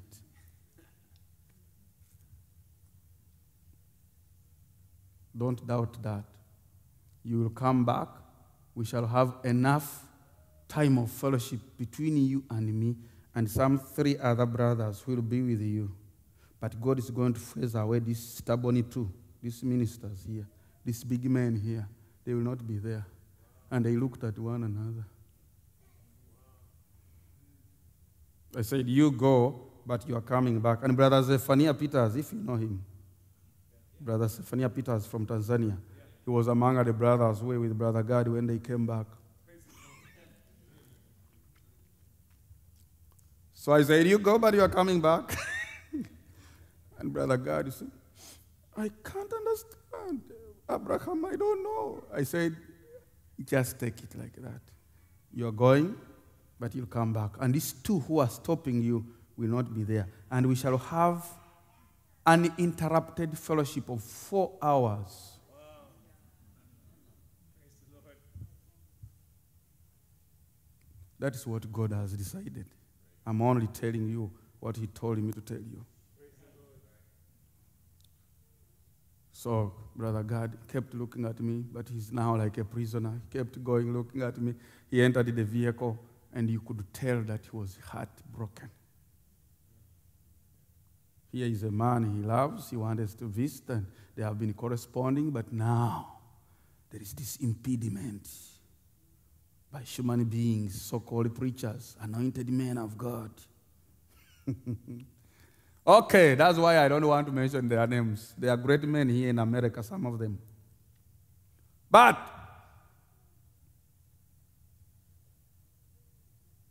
they moved like 1.5 kilometers. And you know what? They had put full tank of fuel in Tororo as they were coming. Just 30 kilometers. They had used it, 32. And now God went and sucked all the fuel from the vehicle.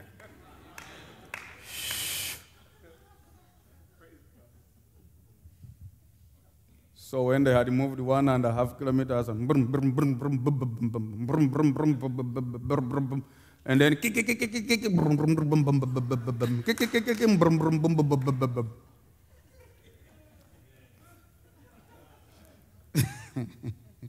You can't play with God.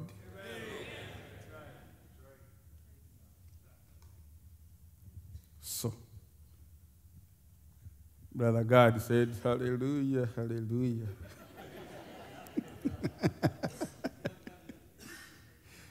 Hallelujah.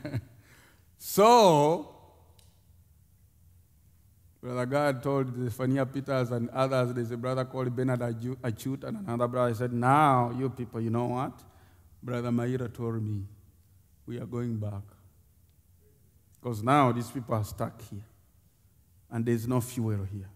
Somebody has to move from here, travel to Sioux Trading Center, pick a vehicle to town in Mbale. By then you had to go up to Mbale town, which is about 26 kilometers away. to buy the fuel and then come back, put the fuel, then start the car. There's no other means. So meanwhile, I had told the deaconess, I said, now, Sister Joyce, there is a sister who was one of the elder sisters. I said, where we had cooked the food. I said, keep all the sauce, all the vegetables, all the food, all the meat, all the chickens, all the sodas, keep it there. Brother God is coming with the filtered brothers. They are coming back, and we are going to have a very good fellowship. And my deacons were there waiting because they knew. So they were there at the sister's place. Now, because it was already dark, around 7:30 in the night, Brother God and these brothers arrived, and then they went to the church building because we had no doors there. And they went there and entered and stood in the darkness. And then this other brother called Bernard Achute, who knew my place, fidgeted now to come to my place in the darkness and groping. And then he came to my home. He said, he knocked on the door. I said, Brother Moses, Brother Abraham, yes, we are back.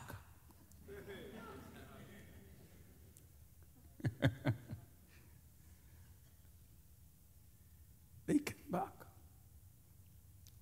I went, I picked Brother God and others from the church. We went to the other sister's place. We ate the food that God wanted us to eat. We drank what we wanted to drink. Then we sat there and had fellowship. And from there, Brother God, we walked in that time of darkness with my torch. We walked and we went to my home. We were there about 30 minutes. And then from there, we went back again up to 11:30 p.m. 4 complete hours.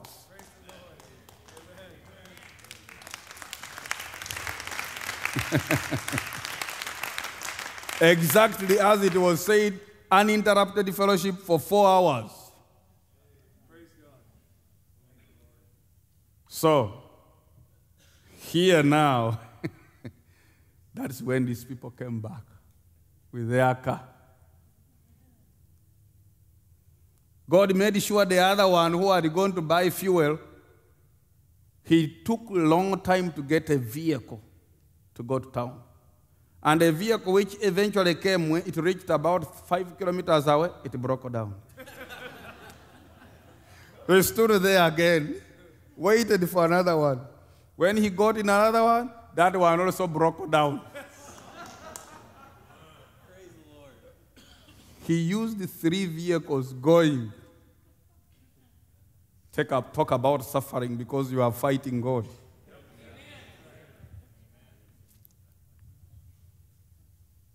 So he now had a problem finding the container in which to put the fuel. He looked everywhere until somebody sold him his expensively. But he had no option. And then by the time he had to come back, too late.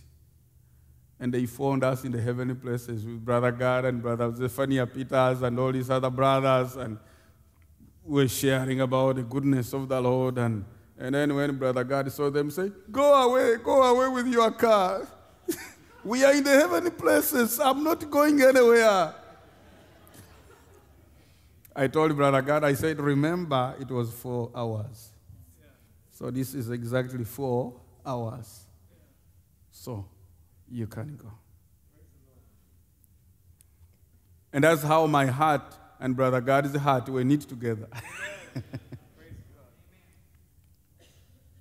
And Brother God told me, I can't trust these brothers anymore. These are not converted men of God. I fear even now walking with them, if they can behave like that. Says, unless you come tomorrow, this is the part I was telling you that I was mentioned. Unless you come tomorrow, I'm not going to walk with these people alone.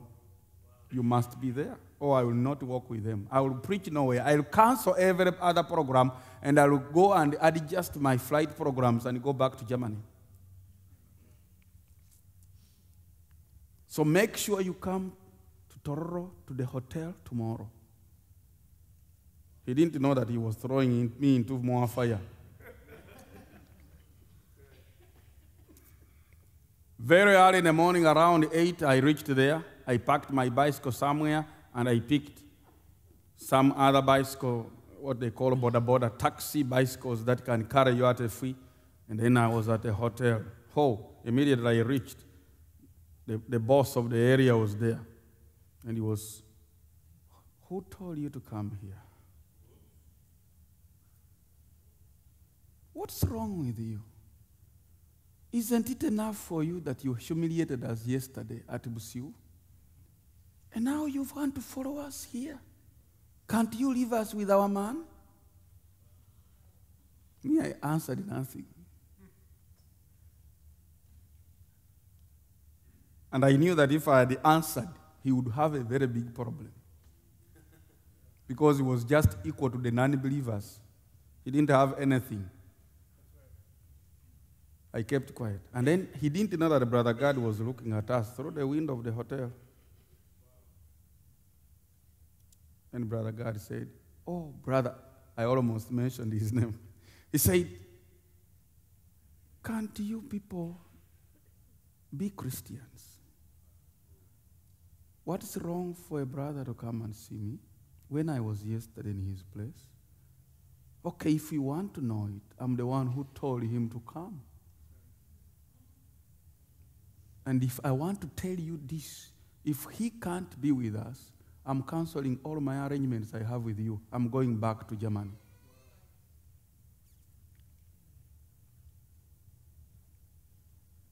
He kept quiet. Me, I said nothing.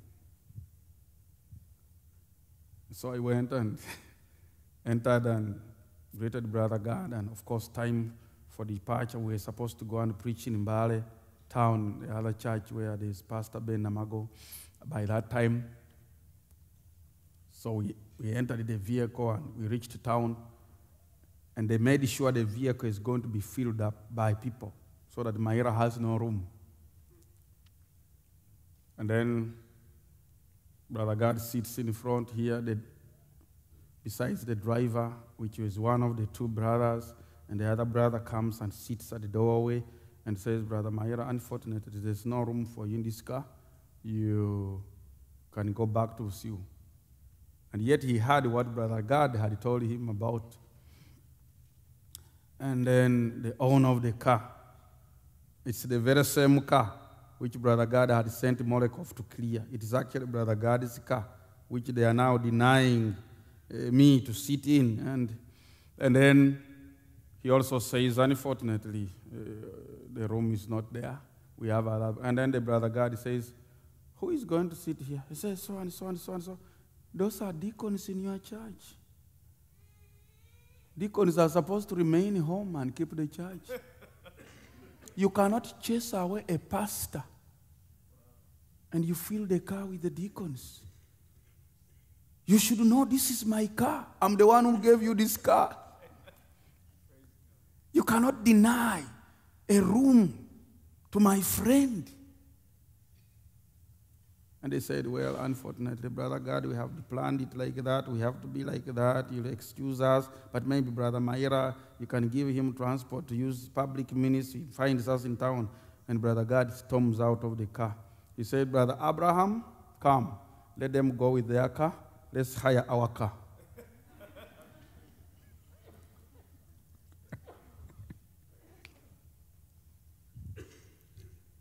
Now I knew I was creating problems. I told him, "Brother God, it's all right. You are done with me.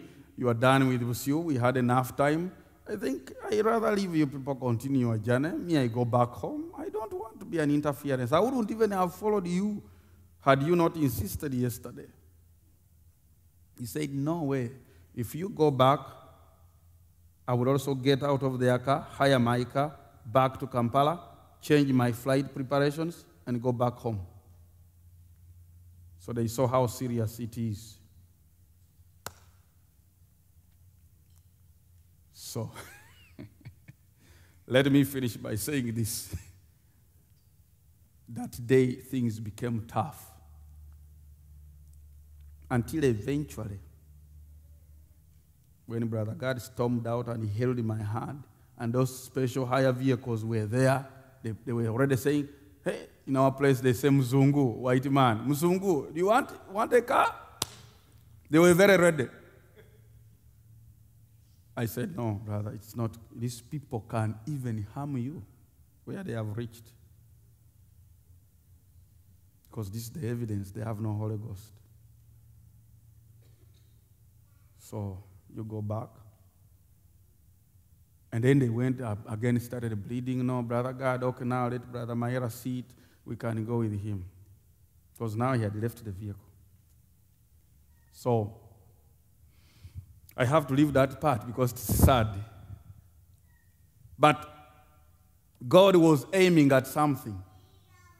That which had showed me had to come to pass.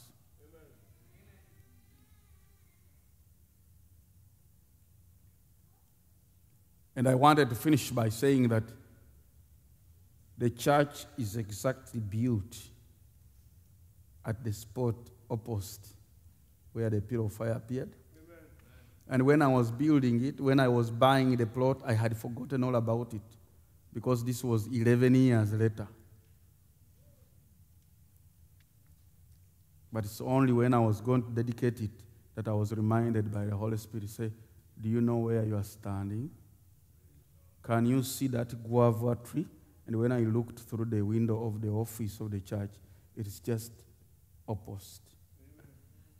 It says, just exactly like I told you. So out of that little humble ministry, from 1995 up to now, I'm not going to talk. It also needs about 4 hours. But a lot has happened until we have, as you were hearing, about 700 believers, and we have about more than 25 churches that were born from this little humble ministry. And a lot more supernatural has been done. That actually most of these church members are literally people who were hopeless, either crazy, insane, or cancer, whatever it was, all those kind of complications that God set free. Amen.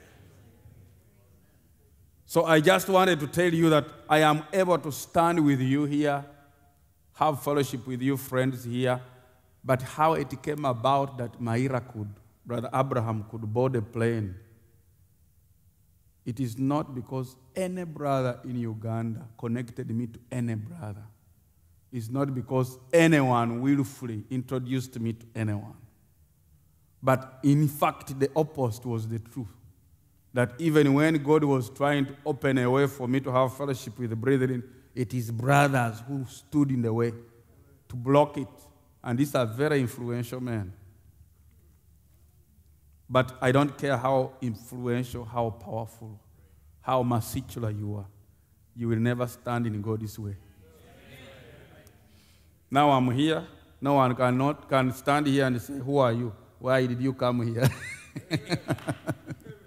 So it is through Brother God, because I've been in Germany about last year was 7 times. And I've preached in their meetings. Last year, I was also preaching in the summer convention.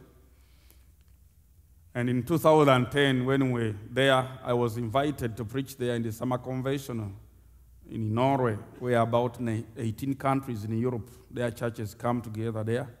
And Brother Jason Watkins was also invited, and we were 2 preachers in that summer convention. I from Africa, him from US. And that's how I met Brother Jason. No effort in it. Because through Brother God, I knew Brother Johansson. You know, as I was coming to preach to his church in 97, and it's a terrible story what happened in 97, and so many things. Maybe it can be, if and there is a tomorrow and we meet again, I can begin from 1995 to today. But I went to Germany in 1997 when I was 27 years. And it was terribly fought. But it was successful again So it was during that time that Brother God told Brother Pierre Johansen of Norway that I have a younger man, a friend of mine, coming, visiting from Uganda. He's not very mature. When you look at him, he's a younger man, but God loves him. So I think he will also love us for loving him. So that's how I went to Norway also. And I have been in France. I went also in Netherlands, Brother Henk Dijkstra's church, and I've also been in those places like that. And of course, when I met Brother Jason in 2010, I invited him to come to preach in our place the beginning of 2013 and the ending of 2012, because we normally have a convention which gathers our churches together, mainly those churches that are born from our ministry directly, because we don't have the means to call a national convention, but at least we have something like 1,200 to 1,500 people. So depending on their ability to come, because sometimes they are limited by transport, and during that time, transport goes up. So Brother Jason was there from 29th. He came on 28th December 2012, and he preached for us from 29th to 1st January 2013. And then I wanted him to come again in 2014. He said, no, I'm not coming, no way. I will not come until you come. So I took the advantage of coming, not to preach, but to invite him again. As I've just come here to stand here, not to preach, but to invite Brother Lamb. That there is work for you there to come and help us, because we are overwhelmed. So, and that's how I came here in December last year in Brother Jason Watkins' place. I was there for 2 weeks. I preached there and went back. And this time I called him also. He was in our place in April. We had Easter meetings for 5 days. And he came there with Brother Marcos Becker from Germany and his son Matthew Watkins. So we had a very wonderful time in April. And then again, he has invited me here. And then when I was coming, I didn't know about his itinerary, how he had planned it. But he told me, you're going to Ohio. Of course, I didn't know where Ohio is. And then from there, you're going to meet Brother Eugene. At least I was in contact with Brother Eugene because I had processed a visa for Canada, because I had a 2 full-year visa. And to prove that God had a plan, for the first time to get an American visa, at more days they will give you is at least 4 months. But for me, I applied for an American visa for the first time, and I want to tell you, they never even asked for my documents. When I filled the forms online and everything, and then when I was supposed to come with my support documents, when I reached at the embassy, the woman just interviewed me. I thought maybe she had got the confirmation details from Brother Jason Watkins. I was surprised to find here Brother Jason told me they have never rang me, they have not contacted me. And yet they never looked at my documents, not even my invitation letter and all these other things that they normally ask for. And then they gave me a visa of 2 years. For the first time. So from December, the beginning of December 2014 to December 2016, I have a visa that covers me. And they put malt entry. I can come as many times as I can. And then also the first time I applied for a Canadian visa, I was given 1 year. So it is also expiring something like in November next year. So that was all courtesy of what God did when he united me with Brother God in a supernatural way like that. So through Brother God, I knew Brother Johansen, and through Brother Johansen, I knew Brother Jason. And then from Brother Jason, I've met Brother Lamb, and then on and on and on and on. So I really owe it all back to God, because there is nothing that I can say, my ministry, my struggle, my intelligence, my education, my ability. It is all the grace of God. And my life has been, by God's grace, and I always pray that it ends and is always to be for God's glory. May God bless you.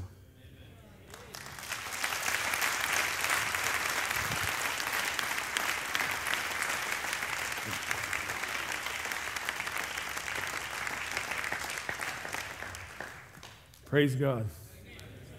He's got a multi-entry visa.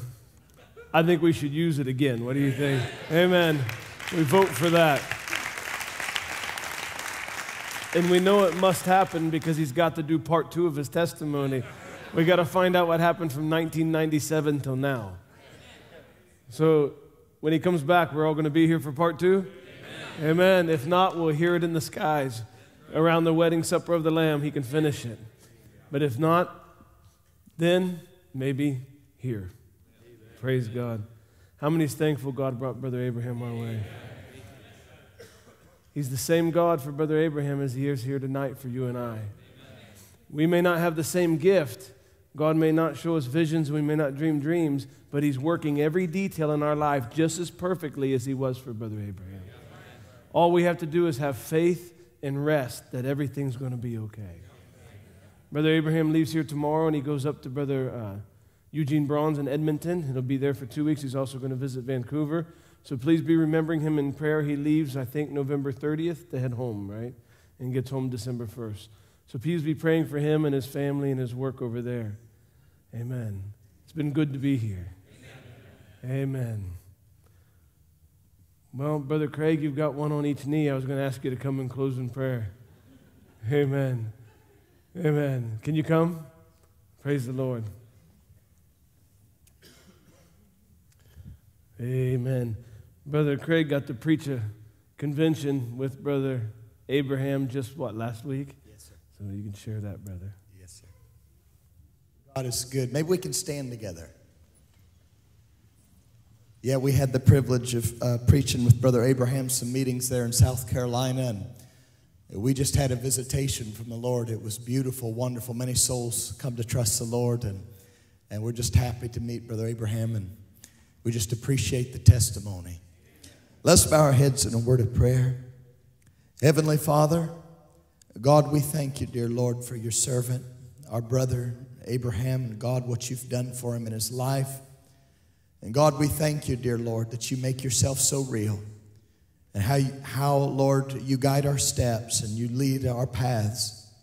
And we just ask, dear God, as we're all on a journey, I pray, dear God, that you bless each and every one and make us conscious, dear God, of just how close you are.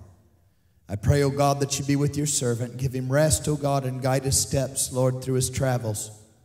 I pray, dear God, that we just continually to trust you more, oh God, as we grow closer to you in our experience. Be with each and every one here. Be with our families. Be with Brother Chad in this assembly. We love you and we thank you for all that you are to us. We thank you for a message that'll never fail. We thank you for an absolute, dear God. We thank you for your love. God, we commit this night to you, dear God. We commit our hearts to you. And until we meet again, we love you and give you praise in the powerful name of our Savior, Jesus Christ. Amen.